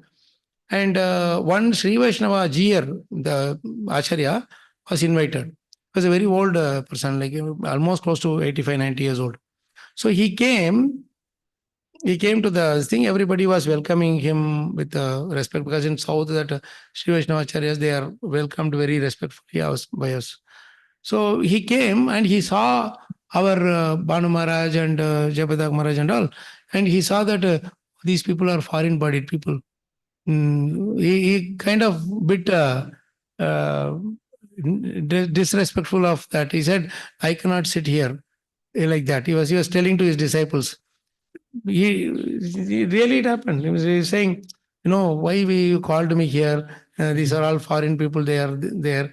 I can't come here and speak. So he was about to turn and go away. Some of the temple president and other people, coordinators, they somehow told him, please at least give bhashan and leave, like that. Then he somehow hesitantly agreed, and he came and he spoke some sloka, something, glorifying Krishna. And then he glorified one or two words ISKCON, and he went away. Normally, it's our function. Others should not come and object our presence in our function. Correct? But Jayapatak Maharaj was very cool and respectful. After he just went and left, he did not stay on to hear the other speaking. So Maharaj said, see, we are all mlechas. We are delivered by Prabhupada's mercy. That is why such great acharyas, you see, they cannot even sit with us. But still, because of Prabhupada's mercy, we could do this puja and everything. And he didn't utter one word negative about it. This is what I am saying as an example. Like this one example I'm saying. Like that, many examples are there you get from our spiritual masters. Whenever the situation is unfavorable, they don't go fight about it. Okay, humbly they just move out. When time is not there, when the situation is not alright, you just move out from there. Many times, they do it accordingly. So that is how it is. Any Harinam Sankirtan also you can do near a hospital, they will shout at you. You are not supposed to make loud here, noise here. You cannot sing, shout in mic. They will tell that no. So, frankly speaking, we should do our devotional service in such a way that others are not disturbed. That is why I was telling here to Prithu Maharaj. You did devotional service, it's all right. But you should have taught them Sankirtan Yajna. Instead, you are teaching Ashwamedha Yajna, Rajasya Yajna, whatever. So, what will happen? You are a leader. Everybody will follow you. Then everybody will sit with 100 horses. They will keep on offering horses after horses after horses in the yajna. Now, if you do 100 yajna, you are eligible to go to Swargaloka. I mean, you are able to rule the Swargaloka. Your intention is not go to Swargaloka. But you did this 100 yajna that unknowingly disturbed Indra. You should actually appreciate Indra because till 99 yajnas he was not disturbed. If he wanted, he could have been disturbed in the first yajna itself. But he didn't get disturbed in the 99 yajna. 100th yajna only he was doing mischief. Correct? But there are so many other ways to do well-being, do welfare to the prajas. Why you can't do that? That is a question that both Brahma and they are asking. If somebody is getting disturbed, why are you disturbing him?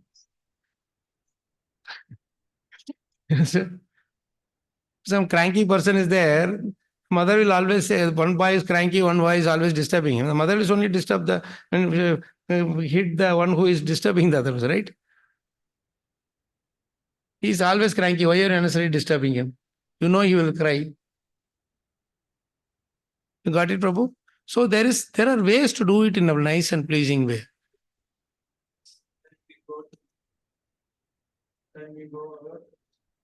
Stations. That area. Which area? Stations. Stations. Our railway station. Then some those who are different religion they follow. They become envious and they chase and they tell police to throw them out. that we cannot able to do the service that, but that is allowed actually. But because of some people are getting disturbed, we should not stop this now. We have the greatest secret open. Take some Mahaprasadam, delicious Mahaprasadam, and give them. Oji, I hear that also. They eat and then still drive you. No, then also they throw this actually. Throw They Mahaprasadam. throw Mahaprasad. Very envious people. What can we do? Hmm. Really envious. Change the location. Kaliyuga, Prabhu. Don't go head on with all these people. How many people will go like that? There are police people, they will hate you. Politicians will hate you. But eventually, Krishna will put them into trouble. They will come on Janmashtami day to get some blessings from Krishna. At that time, they will stand in the queue to get prasadam from us. Right? You heard about Gopal Krishna Maharaj, how this one person who was telling this, I think Mohan Rupa Prabhu was telling this in his memory, I think. Right? He was, that one, Indira Gandhi's time, one of the officers, he was not willing to give the signature for the Delhi temple. This Muslim, is the one lady Mataji. He's not able to. I don't know, whoever it is. But Maharaj was so humble. He gifted a Quran, I think. No, not that one. This is, he said, whatever you want me to do to get this land authorized, I am willing to do. Please tell me. He said like that. I was okay, you go. Very, very arrogant, that officer. I will tell you later. And then Maharaj came to this thing, Vrindavan. Then the very next day, that man is coming searching for Maharaj. Where is that Swamiji who was there? I want to see him. And he said, he has already gone to Vrindavan. Oh, then I have to go to Vrindavan. He came to Vrindavan and then he gave the signature to Maharaj saying, okay, you take this signature and this job is finished. So that humility moves mountains. We should not feel that I am doing the right thing only. Why these people are? Not everybody will appreciate our thing. Not everybody will be appreciative of what we are doing. But eventually they will come to. You have to give the patience. Be the patient. Okay. Thank you. Stop here. Keshav Nimai Prabhu, you are okay that. Thank you, brother. Thank you. So that's why I was always surprised when this Prithu Maharaj pastime was there. Why both Brahma and Vishnu are scolding Prithu Maharaj? They are not telling one word to Indra. That pastime is really cruel pastime, I hate it very much. This Indra is enjoying. He's stealing, and Vishnu is going and bringing Indra along with him. But in one stroke, he makes Indra feel guilty. You will see that. He keeps telling, you are an intelligent person. Why are you unnecessarily doing all these things? And he scolds Prithu Maharaj. Then after that, Indra is thinking, hey, nice firing is getting. Then suddenly Vishnu turns around and says, I am captivated by your wonderful good qualities. Then Indra says, now only you are telling. So just a little while ago you were scolding him, now you are glorifying him. But the moment Vishnu glorified Prithu Maharaj, Indra fell at Prithu Maharaj's feet. That is the beauty. So Krishna knows whom to glorify when he had to tolerate. That's all you need to.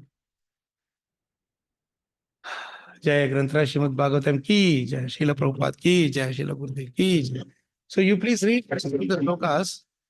Our Puranjana, he'll enjoy his life. You can read through. One thing I will tell you is that when you read the purports, highlight lines which is appealing to you. Then we can just discuss on that.